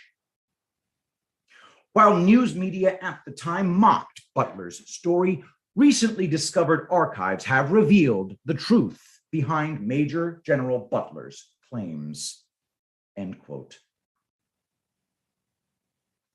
If you are not aware of General Butler's role in exposing and foiling the fascist coup, I strongly recommend you read the article below. It's chilling to think that America had already fallen so far that the Prussian infiltrators were confident enough to carry out a coup d'etat. It was an incredible time on Earth. 1933 was Hitler's official rise to power, and the timing of this US plot was not a coincidence. One of the accused conspirators was Skull and Bones member Prescott Bush. From the article, quote, George Bush's grandfather, the late US Senator Prescott Bush, was a director and shareholder of companies that profited from their involvement with the financial backers of Nazi Germany. The Guardian has obtained confirmation from newly discovered files in the US National Archives that a firm of which Prescott Bush was a director was involved with the financial architects of Nazism. His business dealings, which continued until his company's assets were seized in 1942 under the Trading with the Enemy Act, has led more than 60 years later to a civil action for damages being sought in Germany against the Bush family by two former slave laborers at Auschwitz, and to a hum of pre-election controversy, end quote. General Butler took the invisible Prussian enemy head on and brought their evil deeds into the light. Without his efforts on the battlefield, America and the world would be a very different place today. I believe the same praise should be given to his book. War is a Racket. General Butler pulls no punches. The opening paragraph explains everything. Quote from Butler. War is a racket. It always has been. It is easily the oldest, it is possibly the oldest, easily the most profitable, surely the most vicious. It is the only one international in scope. It is the only one in which the profits are reckoned in dollars and the losses in lives. His research was significant, and he looked into the income tax returns of the profiteers. Quote, in the World War, a mere handful garnered the profits of the conflict. At least 21,000 new millionaires and billionaires were made in the United States during the World War. That many admitted their huge blood gains in their income tax returns. How many other war millionaires falsified their tax returns? No one knows, end quote. He did not need to do his research on the cost side. General Butler was a frontline Marine who already knew the cost of war on the people. Quote, and what is this bill? This bill renders a horrible accounting. Newly placed gravestones, mangled bodies, shattered minds, broken hearts and homes, economic instability, depression, and all its attendant miseries, backbreaking taxation for generations and generations, end quote. Before we analyze the numbers, it must be understood that it took a military man with experience and courage to speak out about this travesty. The military was the only way to produce a man of such bravery. Quote, for a great many years as a soldier, I had a suspicion that war was a racket. Not until I retired to civil life did I fully realize it. Now that I see the international war clouds gathering as they are today, I must face it and speak out, end quote. General Butler's numerical analysis paints an ominous picture of what really transpired in America during World War I. The expenditure and profit-making is on a level completely unfathomable, even compared to today's trillion-dollar spending bills. Quote from Butler, the World War, rather our brief participation in it, has cost the United States some $52 billion. Figure it out. That means $400 to every American man, woman, and child. And we haven't paid the debt yet. We are paying it. Our children will pay it, and our children's children probably still will be paying the cost of that war, end quote. Back in the day, gold was money and was fixed at $20 per ounce. If gold were still money today, the $52 billion would equate to approximately $4.7 trillion. General Butler also points out the cost per person in America, $400 or 20 ounces of gold per person. If 20 ounces of gold was spent for every American today, it would equate to nearly $12 trillion. What's more, America did not enter World War I until 1917, and in less than a year, it was all over. In this time, 2.6 billion ounces of gold left the coffers of the American government and flowed into the hands of the corporations. Unlike today's fiat world, this was real money. The people would have back-breaking taxes to earn it back.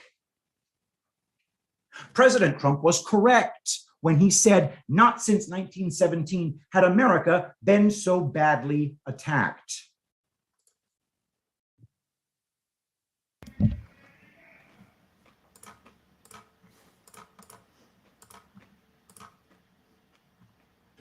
The closest thing is in 1917, they say, right? The great pandemic, and it certainly was a terrible thing where they lost anywhere from 50 to 100 million people. Probably ended the Second World War. All the soldiers were sick.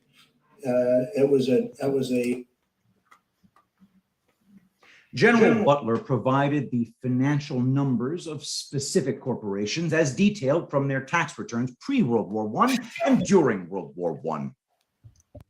While young Americans were sacrificed in the trenches, the owners of corporations made profits never before seen in human history. Below is a table provided to illustrate the increased annual profitability. DuPont's, Bethlehem Steel, United States Steel, Anaconda, Utah Copper, Central Leather Company, General Chemical, International Nickel Company, American Sugar Refining Company. War is a racket total?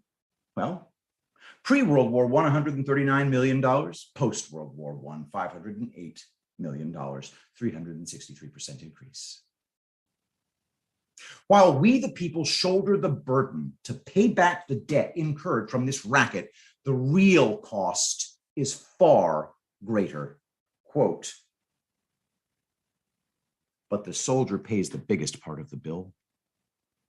If you don't believe this, visit the American cemeteries on the battlefields abroad, or visit any of the veterans' hospitals in the United States on a tour of the country in the midst of which I am at the time of this writing. I have visited 18 government hospitals for veterans. In them are a total of about 50,000 destroyed men Men who were the pick of the nation 18 years ago. The very able chief surgeon at the government hospital. At Milwaukee, there are 3,800 of the living dead, told me that mortality among veterans is 3 times as great as among those who stayed at home. End quote. This evil appears to have no bounds. Quote, but don't forget, the soldier paid part of the dollars and cents bill too. Up to and including the Spanish-American War, we had a prize system, and soldiers and sailors fought for money. During the Civil War, they were paid bonuses in many instances before they went into service. The government or states paid as high as $1,200 for an enlistment. In the Spanish-American War, they gave prize money. When we captured any vessels, the soldiers all got their share, at least they were supposed to. Then it was found that we could reduce the cost of wars by taking all the prize money and keeping it, but conscripting, drafting the soldier anyway. Then soldiers couldn't bargain for their labor. Everyone else could bargain, but the soldier couldn't. End quote. Quote, but wait. Half of that wage, just a little more than a riveter in a shipyard or a laborer in a munitions factory safe at home, made in a day, was promptly taken from him to support his dependents so that they would not become a charge upon his community. Then we made him pay what amounted to accident insurance, something the employer pays for in an enlightened state, and that cost him $6 a month. He had less than $9 a month left. Then, the most crowning insolence of all, he was virtually blackjacked into paying for his own ammunition, clothing, and food by being made to buy Liberty bonds. Most soldiers got no money at all on paydays, end quote. The Liberty bonds were perhaps the biggest scam of them all. As General Butler points out, most banking organizations were partnerships. This meant that their profits were not able to be researched as well as companies. He knew, however, that the Liberty bonds and bankers stank to high heaven. Quote, when he returned home, minus an eye, or minus a leg, or with his mind broken, they suffered too. As much as and even sometimes more than he. Yes, and they too contributed their dollars to the profits of the munitions makers and bankers and shipbuilders and the manufacturers and the speculators made. They too bought Liberty bonds and contributed to the profit of the bankers after the armistice in the hocus pocus of manipulated Liberty bond prices. End quote. It is a timeless and brutally honest view of the true nature of war. General Butler brilliantly showed who profits most from these activities as well as who suffers. From the viewpoint of Hegel and the Prussian ideology he served, this was always the desired outcome. The cost and sacrifice of this weaponized ideology placed upon humanity is, in fact, their goal. Quote, if you want to love, you must serve. If you want freedom, you must die.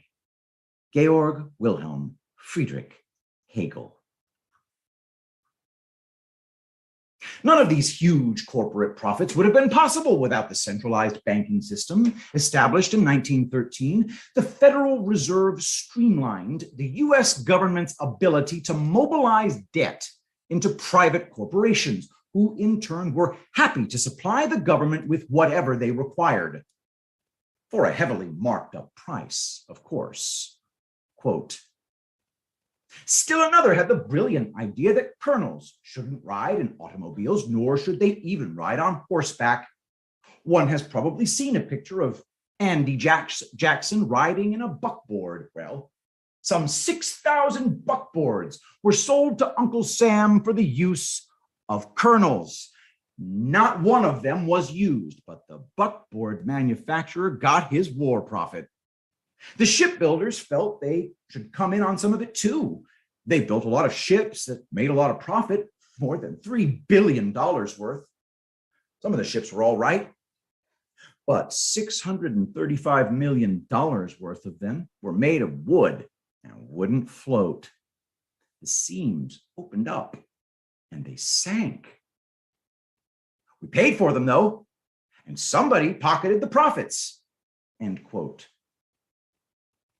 For Hegel, war was essential to progress the state of Prussia. For General Smedley Butler, war is a complete racket that funnels enormous profits to the few while incurring unfathomable costs to the many. By the completion of World War I, America had its highest debt levels since the Civil War. Using the Federal Reserve, Americans were being placed into debt servitude. In Hegel's master-slave dialectic, things were exactly as they should be. The Bohemian obsession. Every year, in the woods of San Francisco, some of the most wealthy and powerful elite men of the world attend a camp known as Bohemian Grove. There are many conspiracy theories and documentaries made about the event. For Prussiagate, we will focus on how it has been influenced by Prussian culture. Here are a few. It is an all-male event. This is similar to Frederick the Great's Palace Sans Souci. All females and minors are to leave the premises by 9 or 10 p.m.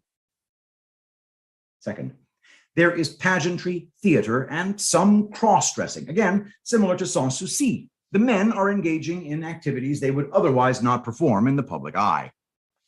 Third, Richard Nixon once stated about the Grove, quote, "The Bohemian Grove, which I attend from time to time, is the most faggy goddamn thing you could ever imagine with that San Francisco crowd," end quote. Frederick the Great, as we know in Power of the Prussian Micropenis, was gay. Fourth, it was founded in 1872, 1 year after the King of Prussia became the German Kaiser. DC became a corporation, and the Washington Treaty made the Kaiser the final arbiter in all disputes between the US and the UK. Fifth, there is a strange reference to worshiping of a 40-foot owl. Some suggest that this is a satanic ritual and that the owl represents Moloch. With respect to the march of the invisible Prussian army, we will come back to this point. Was Bohemian Grove named after the region of Bohemia? This is in modern-day Czechoslovakia, but the history of Bohemia is very interesting. First conquered land for Frederick the Great. When his father died, Frederick the Great became King of Prussia in 1740. The hatred Frederick had for his father was intense. Frederick's father forced him to watch the decapitation of his boyfriend and then later married Friedrich to a member of the Austrian Habsburgs. The Austrians at the time were having a heavy influence in Prussian politics. To celebrate the death and hatred for his father in 1740, Frederick the Great immediately attacked the Austrian Empire in Silesia. Known as the Silesian Wars, Frederick took over all the lands of Silesia from Austria and cemented Prussia as the dominant military power in Europe. The lands seized by Frederick included the lands of Silesia, Moravia, and Bohemia. Frederick would battle back and forth with the Austrians for control of these lands. Fast forward to World War II, and we see that Hitler signed the Munich Agreement, which annexed the German-speaking parts of Bohemia, the Sudetenland, from Czechoslovakia in 1938. For some reason, Bohemia was of great interest to Prussia and later to Hitler. Slavery in Bohemia. When Europe had abolished slavery, Bohemia stood as an exception. There are significant accounts of people being born into slavery around the time Frederick the Great was at war in Silesia. Children born into slavery at Bohemia, 1750 to 1760, Dublin Core, slaveryarchive.georgetown.edu. Bohemia was mainly populated by serfs who had to do coerced labor. Quote, what happened in Bohemia? This new framework is clear and powerful, but needs to be investigated empirically. To do this, we collected extraordinarily detailed micro-level data on 11,670 serf villages, covering the entirety of 18th century Bohemia, now part of the Czech Republic, Klein and Ogilvy, 2017. We calculate how much coerced labor serfs had to do, both human only and in human-animal teams. We then measure the economic fundamentals faced by serfs and lords, land-labor ratios for different types of land, village sizes, outside options in different categories of town, geographical location, types of lord, fragmentation of lordship, and many other variables. End quote from voxeu.org, Labor Scarcity and Labor Coercion, Serfdom, Bohemia. Is this the reason why Frederick the Great chose Bohemia as his first conquest? Would the slave class of Bohemia provide a handsome treasure for his beloved Prussia? Wolfert Katz. During the 1800s, one of the largest slave owners was a man by the name of Wolfert Katz. Wolfert Katz, died 1835, was a Jewish peddler from Bohemia who came to Burbis while it was still under Dutch control before 1796. By 1824, he had acquired 7 plantations and was one of the colony's largest slave owners, rumored to have a fortune of £800,000 from spanglefish.com. Incredibly, Wolfert Katz was from Bohemia. The most interesting thing about Wolfert Katz and his enterprise were the people he did business with, which included merchant banks. Slaves were treated as commodities, and therefore they attracted the investment capital of merchant banks. From ucl.ac.uk, quote, biography. Founder of the eponymous firm, the 6th great power of 19th century Europe, in conjunction with Nathaniel Clayton, QV, he appeared in connection with the Bogue estate in Jamaica. The references to this in the Baring archive do not make clear what was the role of Baring and Clayton, but they appear to have succeeded in some capacity to the half of Bogue and its attached enslaved people, previously owned by Paul Benfield, QV, probably as mortgagees. The Baring partners of his grandchildren's generation appear in the compensation records in pursuit of the compensation for the enslaved people of the Burbis slave owner, Wolfert Katz, QV, to whom the Baring's firm was heavily exposed. Upon Wolfert Katz's death, we discover that Baring's bank, the largest bank in the world at the time, was heavily invested in slavery. How much capital did Barings invest with Katz? Quote, such mortgages also arose when credit on open account from London merchants reached levels that caused sufficient concerns to trigger demands for security. Baring Brothers advanced more than £80,000, about 1/3 of the firm's estimated capital in the 1820s, to a single slave owner, Wolfert Katz in Burbis. fastinitiative.org, some potential lessons from the British financial sector. For a company that was once considered the sixth great power of Europe, that's a lot of money to invest with one person, especially given the nature of the Bohemians' investments. As was discussed in Prussian Origins of Skull and Bones, Barings has German origins and its logo is styled on the Prussian eagle. Quote, Wikipedia, Barings Bank was a British merchant bank based in London and one of England's oldest merchant banks. After Berenberg Bank, Barings is close collaborator and German representative. It was founded in 1762 by Francis Baring, a British-born member of the German-British Baring family of merchants and bankers. There are many odd coincidences between the activities of the elite at Bohemian Grove and those that occurred at Frederick's beloved palace. Geographically, the area of Bohemia was the first target of Frederick's war campaigns, as well as Nazi Germany. Bohemia still had a form of slavery operating in 18th century Europe. Lastly, we discover that one of the largest slave owners in the world was from Bohemia, and his merchant banker was the German-British Barings Bank. The patterns of slavery, banking, and long-standing networks cannot be ignored. It is a trick of the mind that ancient things simply no longer exist. Bohemian Grove is a window into an ancient cult. What else can the events at Bohemian Grove show us? The cult of the owl. Cults tend to have a strong need for symbols.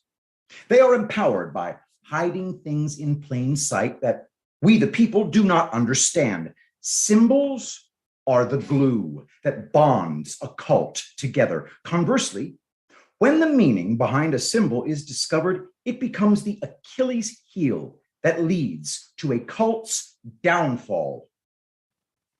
Bohemian Grove, a men-only summer camp for the world's wealthy and powerful, is replete with symbology. The male-only pageantry and escapades are remarkably reminiscent of Frederick the Great's male-only palace, Sans Souci. Bohemia was a place to be conquered and its inhabitants enslaved and the human cargo adequately financed. Did Frederick and Adolf Hitler understand its significance? More importantly, is that part of the symbology behind the namesake of Bohemian Grove? Bohemian Grove also has elitists paying homage to a 40-foot owl. While some suggest this is a satanic ritual representing Moloch, we shall look to a quote from a man who prided himself on the master-slave dialectic and appears to be at the center of it all. Hegel. Quote, "The owl of Minerva spreads its wings only with the falling of the dusk." Georg Wilhelm Friedrich Hegel. What is the owl of Minerva? From GreekGodsAndGoddesses.net, quote, Minerva. Minerva is the Roman goddess of wisdom. She was also the goddess of trade, the arts, and strategy in war. Her domains included medicine, poetry, and handicrafts as well. She was in charge of so many things that Ovid called her the goddess of 1,000 works, end quote. Interestingly, Frederick the Great was also considered an extreme intellect, wise, founded the future Reichsbank, trade, and was a great patron of the arts and one of the greatest military strategists in human history. Quote, Frederick's love of music and poetry expressed itself in his teens, not what was expected of a king to be. It contributed to a break with his authoritarian father, a break that stripped the young Frederick of his military rank and led to the beheading of a close friend. But the event failed to squelch the young man's passion for the arts. Frederick played the flute, and during his life composed roughly 100 sonatas and a handful of symphonies for the instrument. That's remarkable. Imagine how we'd react today if a US president took time out to compose a symphony or two. During his time on the throne, Frederick surrounded himself with great musicians, artists, and thinkers, and it's here that we find a less celebrated reason for Frederick's greatness as a patron of the arts. End quote from uh.edu. Although Frederick was a master military man, you will have undoubtedly noticed by now his effeminate ways, particularly in his youth. Is Frederick's feminine quality a reason why some men at Bohemian Grove cross-dress? Is Bohemian Grove and its all-male elitist attendees invoking the spirit of Frederick the Great, his military successes, and the Prussian philosophy of world domination by the means of war and the indirect enslavement of humanity, all symbolized through the owl of Minerva? If anyone were doubting, the owl is Minerva. Another interesting aspect of Bohemian Grove is the club's motto: weaving spiders, come not here. It seems spiders and Minerva do not get on.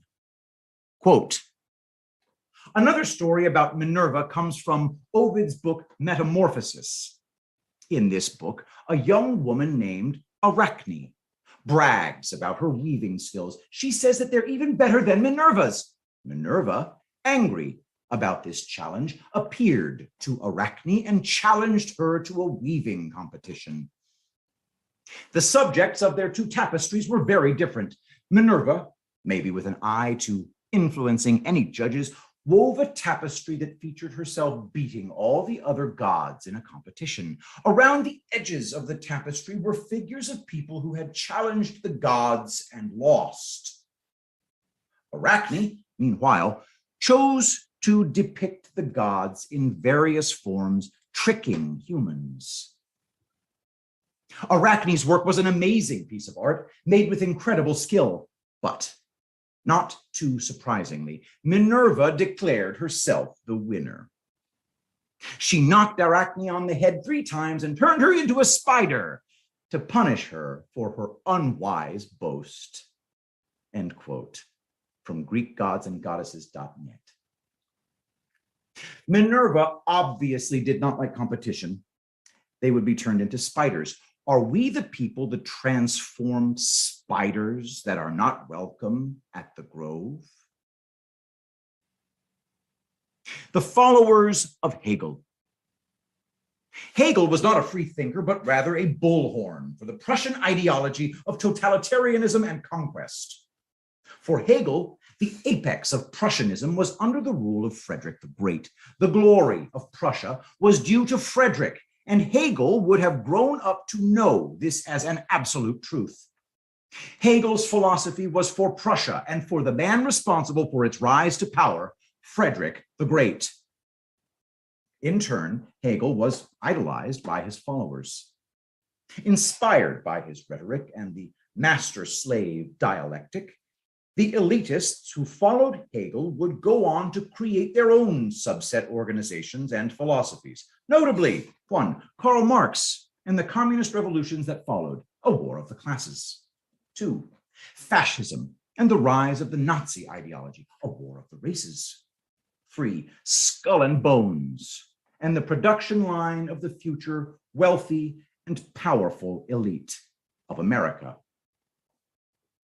And now, it appears, the Bohemian Grove, a summer camp for the most powerful men in the world to congregate and pay homage to the man who is the embodiment of applied Hegelian master-slave dialectics, Frederick the Great.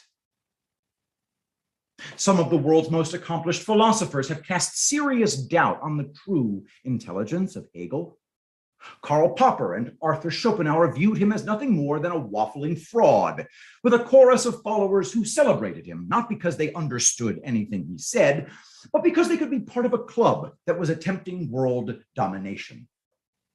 If Popper and Schopenhauer were correct, then it would imply that this club would be nothing more than a cult.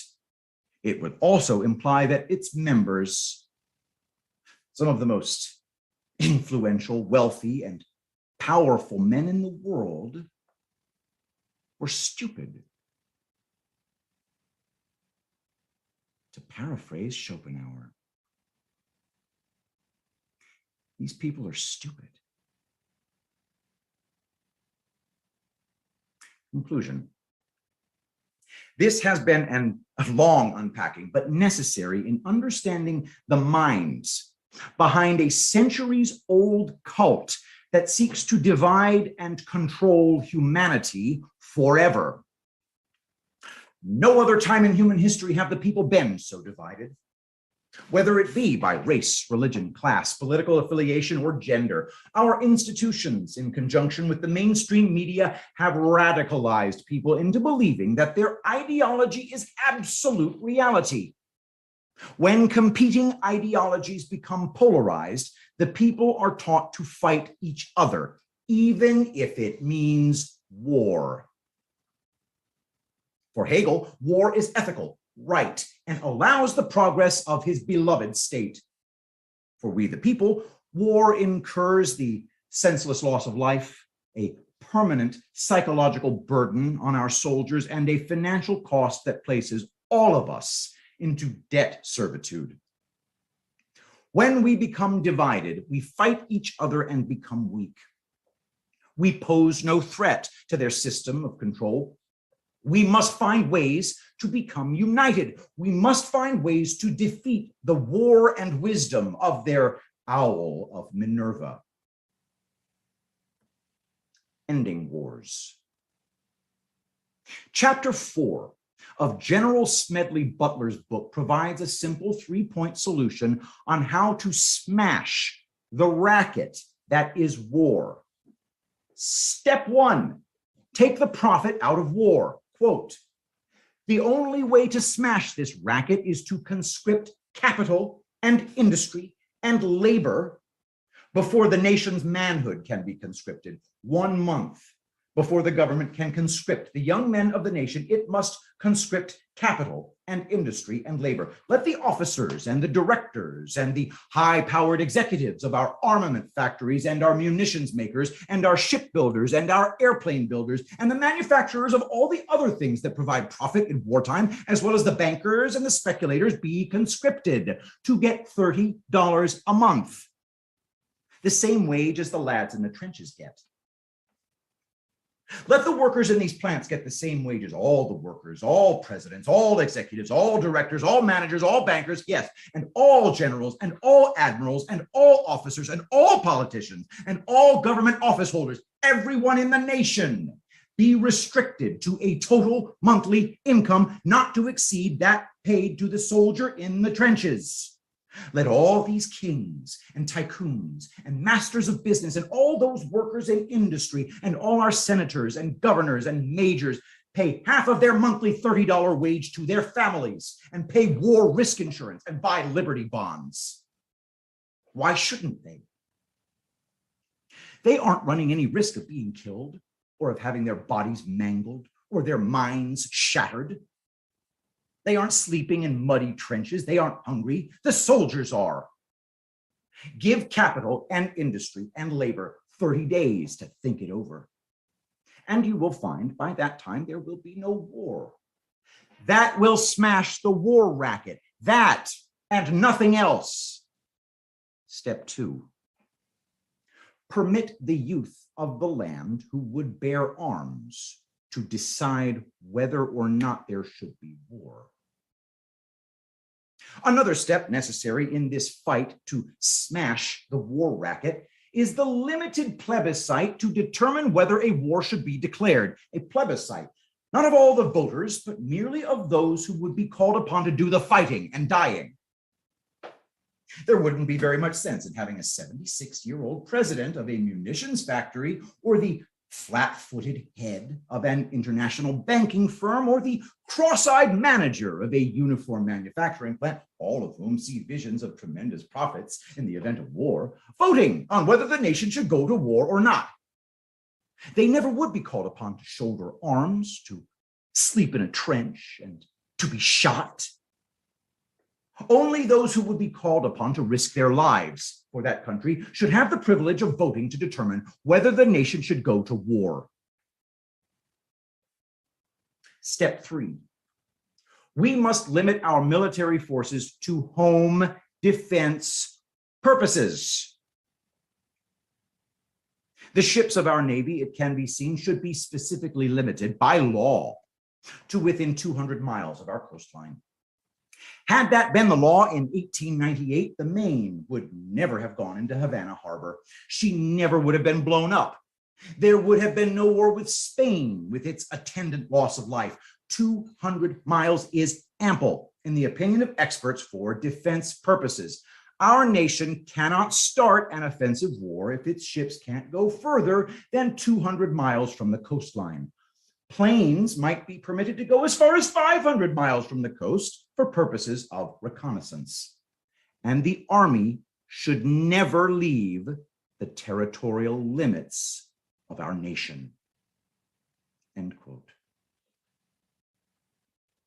This is the message from the most decorated Marine in U.S. history, a man who had plenty of skin in the game, a man who risked it all to expose the plot of a fascist military coup by a group of elitists. One of those elitists being Bonesman Prescott Bush. Ending the cult of wisdom. Before the unfortunate descent into conflict, people first become polarized by their ideologies. Wars begin when the people are convinced their cause is just and worth dying for. When ideals become reals, the storm clouds of war gather. The clash of ideologies is at the core of Hegel's philosophy, engaged in a battle to the death where only one idea can be master and the other its slave. A trail of destruction generally ensues. When the world's elites began flocking to study at the University of Berlin, Hegel's philosophy permeated throughout the world. A Hegelian cult of self-professed elitists infiltrated and took over our systems of governance. Today, our international think tanks, supranational bodies, intragovernmental panels, organizations, councils, and committees all have one thing in common: experts, quote unquote, who tell us how to think and behave, how we destroy the planet and how they can solve it, what our status is as a gender, race, religion, or class, who our enemies are, and the wars we must fight. As we battle the horrible, invisible enemy, we must know their biggest weapon is the radicalization of ideas to keep us divided, weak, and controlled. When they parrot their Hegelian waffle through the mainstream media bullhorn, the best form of defense is to stop listening to them. It's time to trust ourselves and think for ourselves. The owl of Minerva spreads its wings only with the falling of the dusk. Hopefully, Prussiagate has provided some light in the darkness. Addendum. President Trump and the Grovers. President Trump has been engaged in an invisible war against the world's most powerful and wealthy elite. In a speech on August 6th, 2020, President Trump described some of his rich enemies. Quote, "So I have a lot of enemies out there. This may be the last time you'll see me for a while. A lot of very, very rich enemies, but they're not happy with what I'm doing. But I figure we have one chance to do it, and no other president is going to do what I do. No other president would do a favored nations, a rebate, a buy from other nations at much less cost. Nobody. And there are a lot of unhappy people, and they're very rich people, and they're very unhappy. From heavy.com, watch Trump, last time you'll see me. Many of those rich enemies would attend the annual owl worshiping summer camp at Bohemian Grove. The attendees at the Grove are an eye-watering who's who in the world. World leaders, CEOs of multinational corporations, and celebrity legends all clamber to get a seat at the Bohemian table. In 2019, a list was provided of approximately 3,000 attendees from 2008 to 2018. Here's a small sample of their names and positions. John F. Akers, President and CEO of IBM, died in 2014. Keith B. Alexander, U.S. Army General, retired. Lamar Alexander, United States Senator, Republican of Tennessee. Michael H. Armacost, former president of the Brookings Institute. Samuel H. Armacost, former president and CEO of Bank America. Harris J. Ashton, former chairman, president, and CEO of FNC Holdings, Inc. H.B. Atwater Jr., former CEO of General Mills, Inc. James A. Baker III, White House Chief of Staff for Presidents Ronald Reagan and George H.W. Bush. James A. Baker IV, chairman of global law firm Baker Bott's Global Projects Department. Robert D. Ballard, U.S. Navy officer, retired, University of Rhode Island professor of oceanography. Haley Barbour, former governor of Mississippi and former chairman of Republican National Committee. Donald R. Beal, CEO of Rockwell Collins. Riley P. Bechtel, billionaire chairman of the Bechtel Corporation. S.D. Bechtel Jr., billionaire grandson of founder of Bechtel Corp., father of Riley.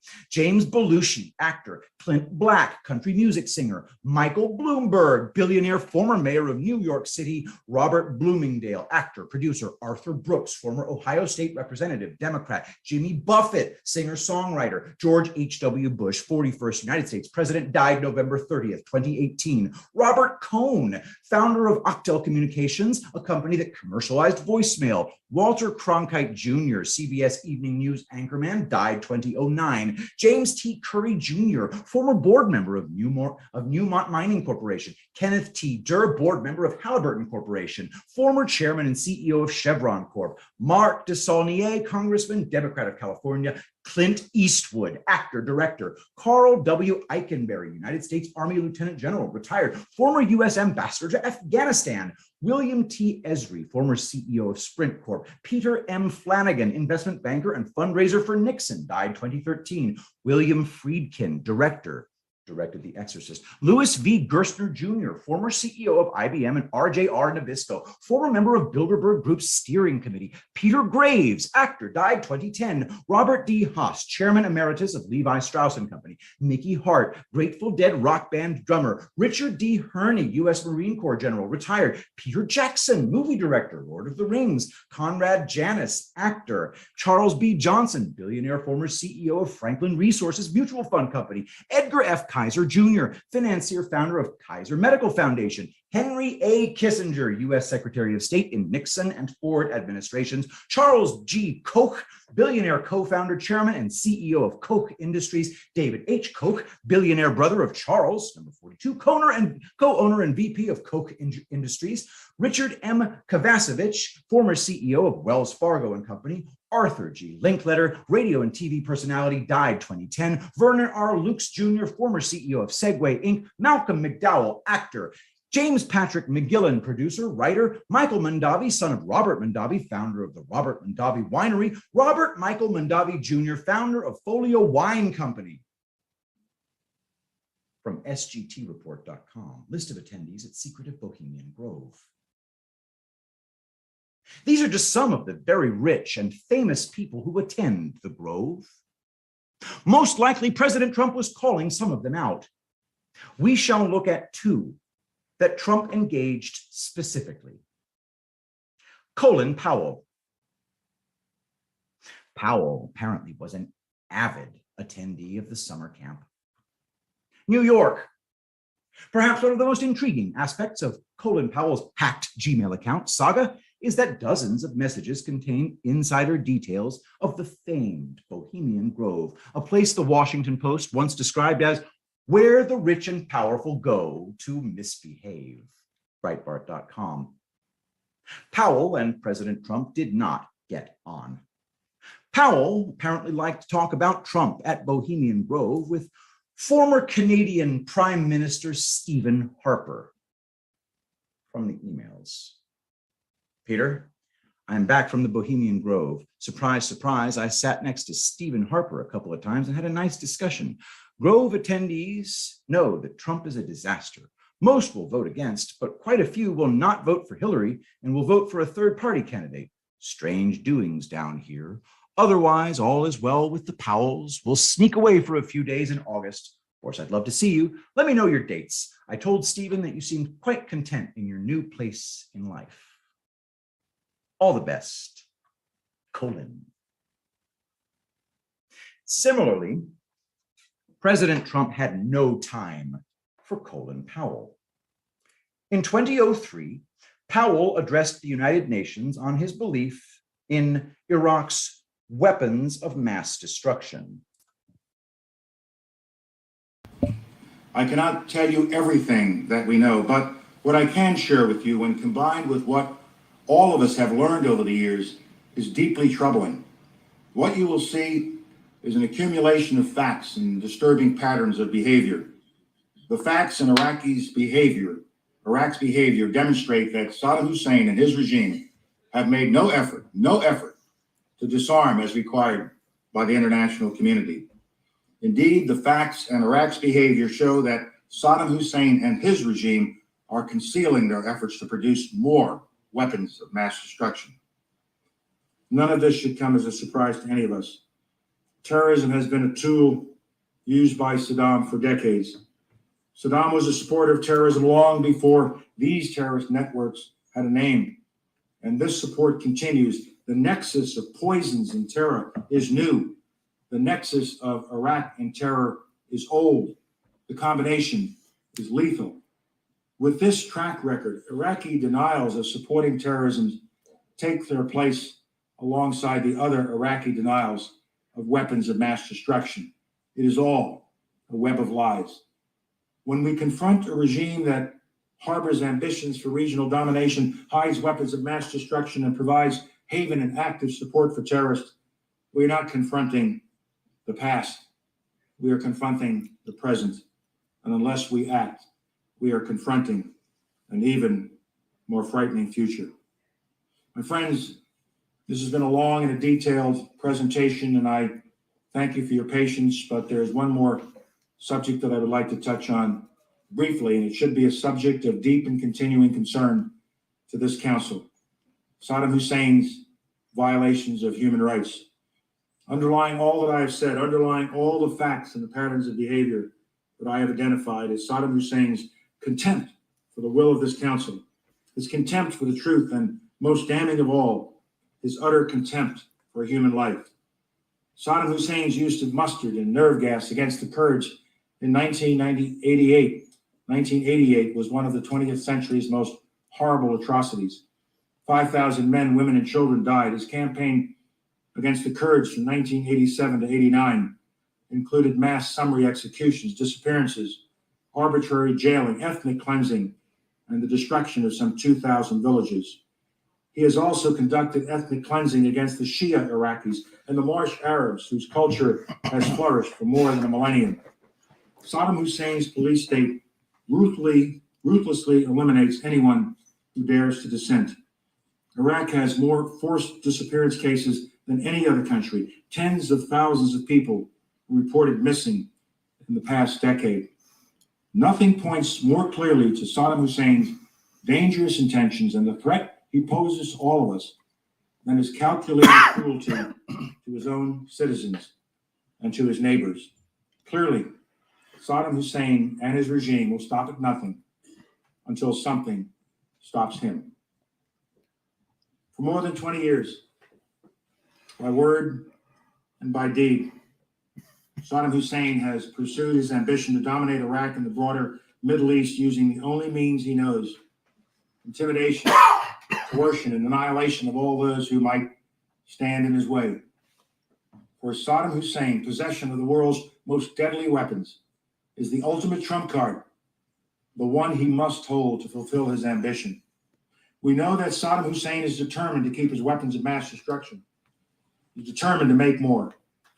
Given Saddam Hussein's history of aggression, given what we know of his grandiose plans, given what we know of his terrorist associations, and given his determination to exact revenge on those who oppose him, should we take the risk that he will not someday use these weapons at a time, in a place, and in a manner of his choosing, at a time when the world is in a much weaker position to respond?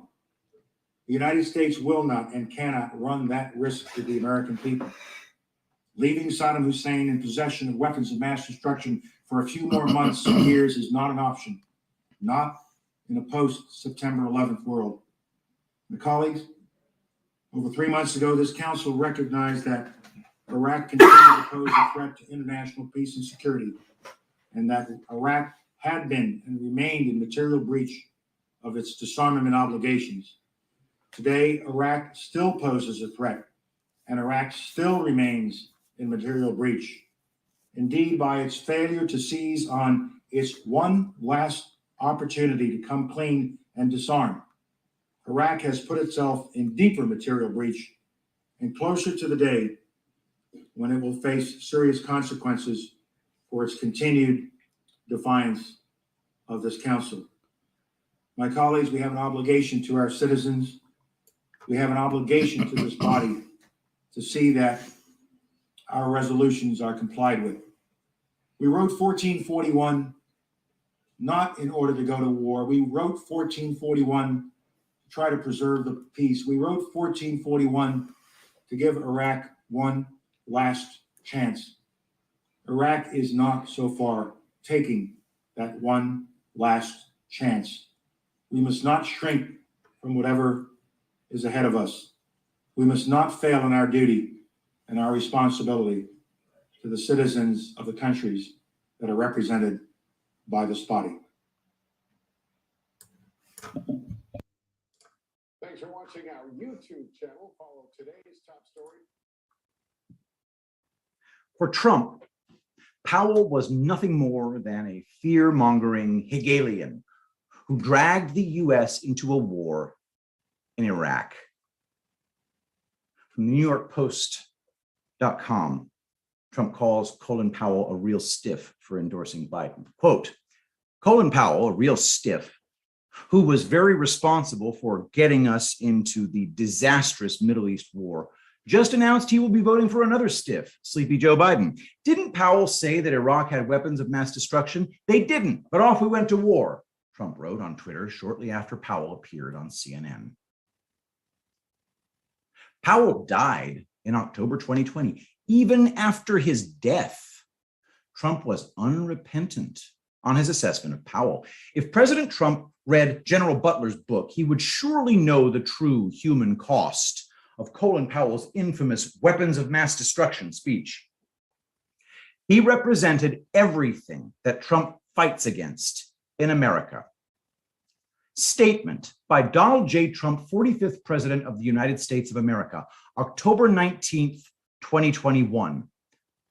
Wonderful to see Colin Powell, who made big mistakes on Iraq and famously so-called weapons of mass destruction, be treated in death so beautifully by the fake news media. Hope that happens to me someday. He was a classic rhino, if even that, always being the first to attack other Republicans. He made plenty of mistakes, but anyway, may he rest in peace. Grover Bush and the 1,000 Points of Light. From what we have so far unpacked in Prussiagate, let's have a look at the profile of George H.W. Bush. Yale, Skull and Bones Initiate, Phi Beta Kappa, member of Alfalfa Club, member of Bohemian Grove, hillbilly. That's a lot of Prussian boxes ticked. We also know that his father was outed by General Smedley Butler as one of the conspirators in a fascist coup attempt in America and also had his company's assets seized for allegedly financing a part of the Nazi regime. But let's not blame George for the sins of his father. In a famous speech, George H.W. Bush discussed the 1,000 points of light. I've spoken of 1,000 points of light, of all the community organizations that are spread like stars throughout the nation doing good. We will work hand in hand, encouraging, sometimes leading, sometimes being led, rewarding. We will work on this in the White House, in the cabinet agencies. I will go to the people and the programs that are the brighter points of light, and I'll ask every member of my government to become involved. The old ideas are new again because they're not old. They are timeless. Duty, sacrifice, commitment, and a patriotism that finds its expression in taking part and pitching in.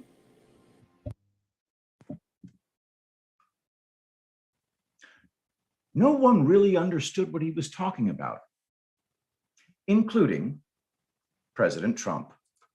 Of course, now people are trying to read the tea leaves ahead of 9 p.m. on Monday when we'll find out who it actually is. Of course, Judge Kavanaugh has ties to the Bush family. President Trump had something to say about the Bushes last night. Listen to this. We are finally putting America first. Putting America first. And by the way, you know, all the rhetoric you see here, the 1,000 points of light. What the hell was that, by the way? 1,000 points of light. What did that mean? Does anyone know? I know one thing. Make America great again, we understand. Putting America first, we understand. 1,000 points of light. I never quite got that one. I'm trying to say, what the hell is that? Has anyone ever figured that one out? It was put up by a Republican, wasn't it? So there are those who listened out last night and went, oh, Judge Kavanaugh's out. What do you think? Yeah, I don't think the 1,000 points of light comment has anything to do with Judge Kavanaugh. Obviously, a strong conservative, a great judge, just like the other judges on this list. They're all rock solid. They're all conservatives, but well within the mainstream. What the hell is that? Has anyone figured that one out? I had no idea until researching this dig. There is Adolf Hitler's reference to the 1,000-year Reich. As we know, Hitler idolized Frederick the Great. Perhaps what is more interesting is the other group that worshipped Frederick through a 40-foot owl of Minerva. Minerva is the Roman goddess of wisdom. She was also the goddess of trade, the arts, and strategy in war. Her domains included medicine, poetry, and handicrafts as well. She was in charge of so many things that Ovid called her the goddess of 1,000 works. It's a theory, and a fun one at that. When dusk falls and the owl spreads its wings, it operates in the darkness and hunts its prey with stealth efficiency. Was George H.W. Bush referring to the owl of Minerva and, by default, an invisible Prussian domination when discussing his 1,000 points of light? More importantly, did President Trump bring light into a world falling into darkness and proclaim, I see you?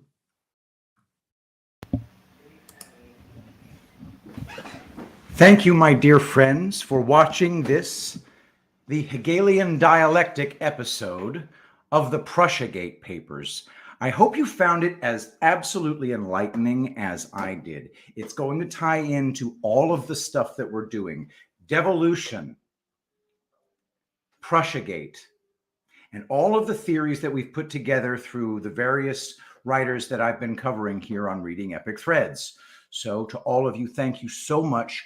Go get your tickets for Threadfest, www.threadfest.show, www.threadfest.show. And just, I'm very gratified that all of you have been here for this entire time. We never went below 300 people watching at any point for this marathon production. Guys, you're going to want to go back and look at this again. You're going to want to listen again. You're going to want to read it again. You're going to want to absorb this stuff. When I'm reading it out loud, it's going straight into my brain because I have to. I don't have any choice. I have to focus the entire time. It's actually really an effective learning technique. I wish that I had known this technique in college because, wow, am I absorbing this stuff faster than I ever did. But, guys, that is our show for today. Really, really cool thing for you tomorrow. We have hero doctor, Dr. Mary Talley Bowden, joining us tomorrow. She is suing the Methodist hospital system, under the Freedom of Information Act. Methodist Hospital is refusing to tell anybody what their profits have been during the COVID windfall, what their financial relationships are with the vaccines, what they're getting per vaccine, what their adverse reactions are, what their adverse reactions are for remdesivir, what they're making off of all that remdesivir sales. It's going to be a great talk. So we're going to have Dr. Mary Talley Bowden here tomorrow, so don't forget to be there. In the meantime, we're going to go ahead and raid L is for the way, aka some bitch I know. In the meantime, let us pray. Saint Michael the Archangel, defend us in battle. Be our protection against the wickedness and snares of the devil. May God rebuke him, we humbly pray. And do thou, O Prince of the heavenly host, by the power of God, cast into hell Satan and all evil spirits who prowl about the world seeking the ruin of souls. Amen. Love you all. Thank you so much for being here. And I will see you. Don't forget to tune in for my interview tomorrow. I'll see you tomorrow. I will be the greatest president that God ever created.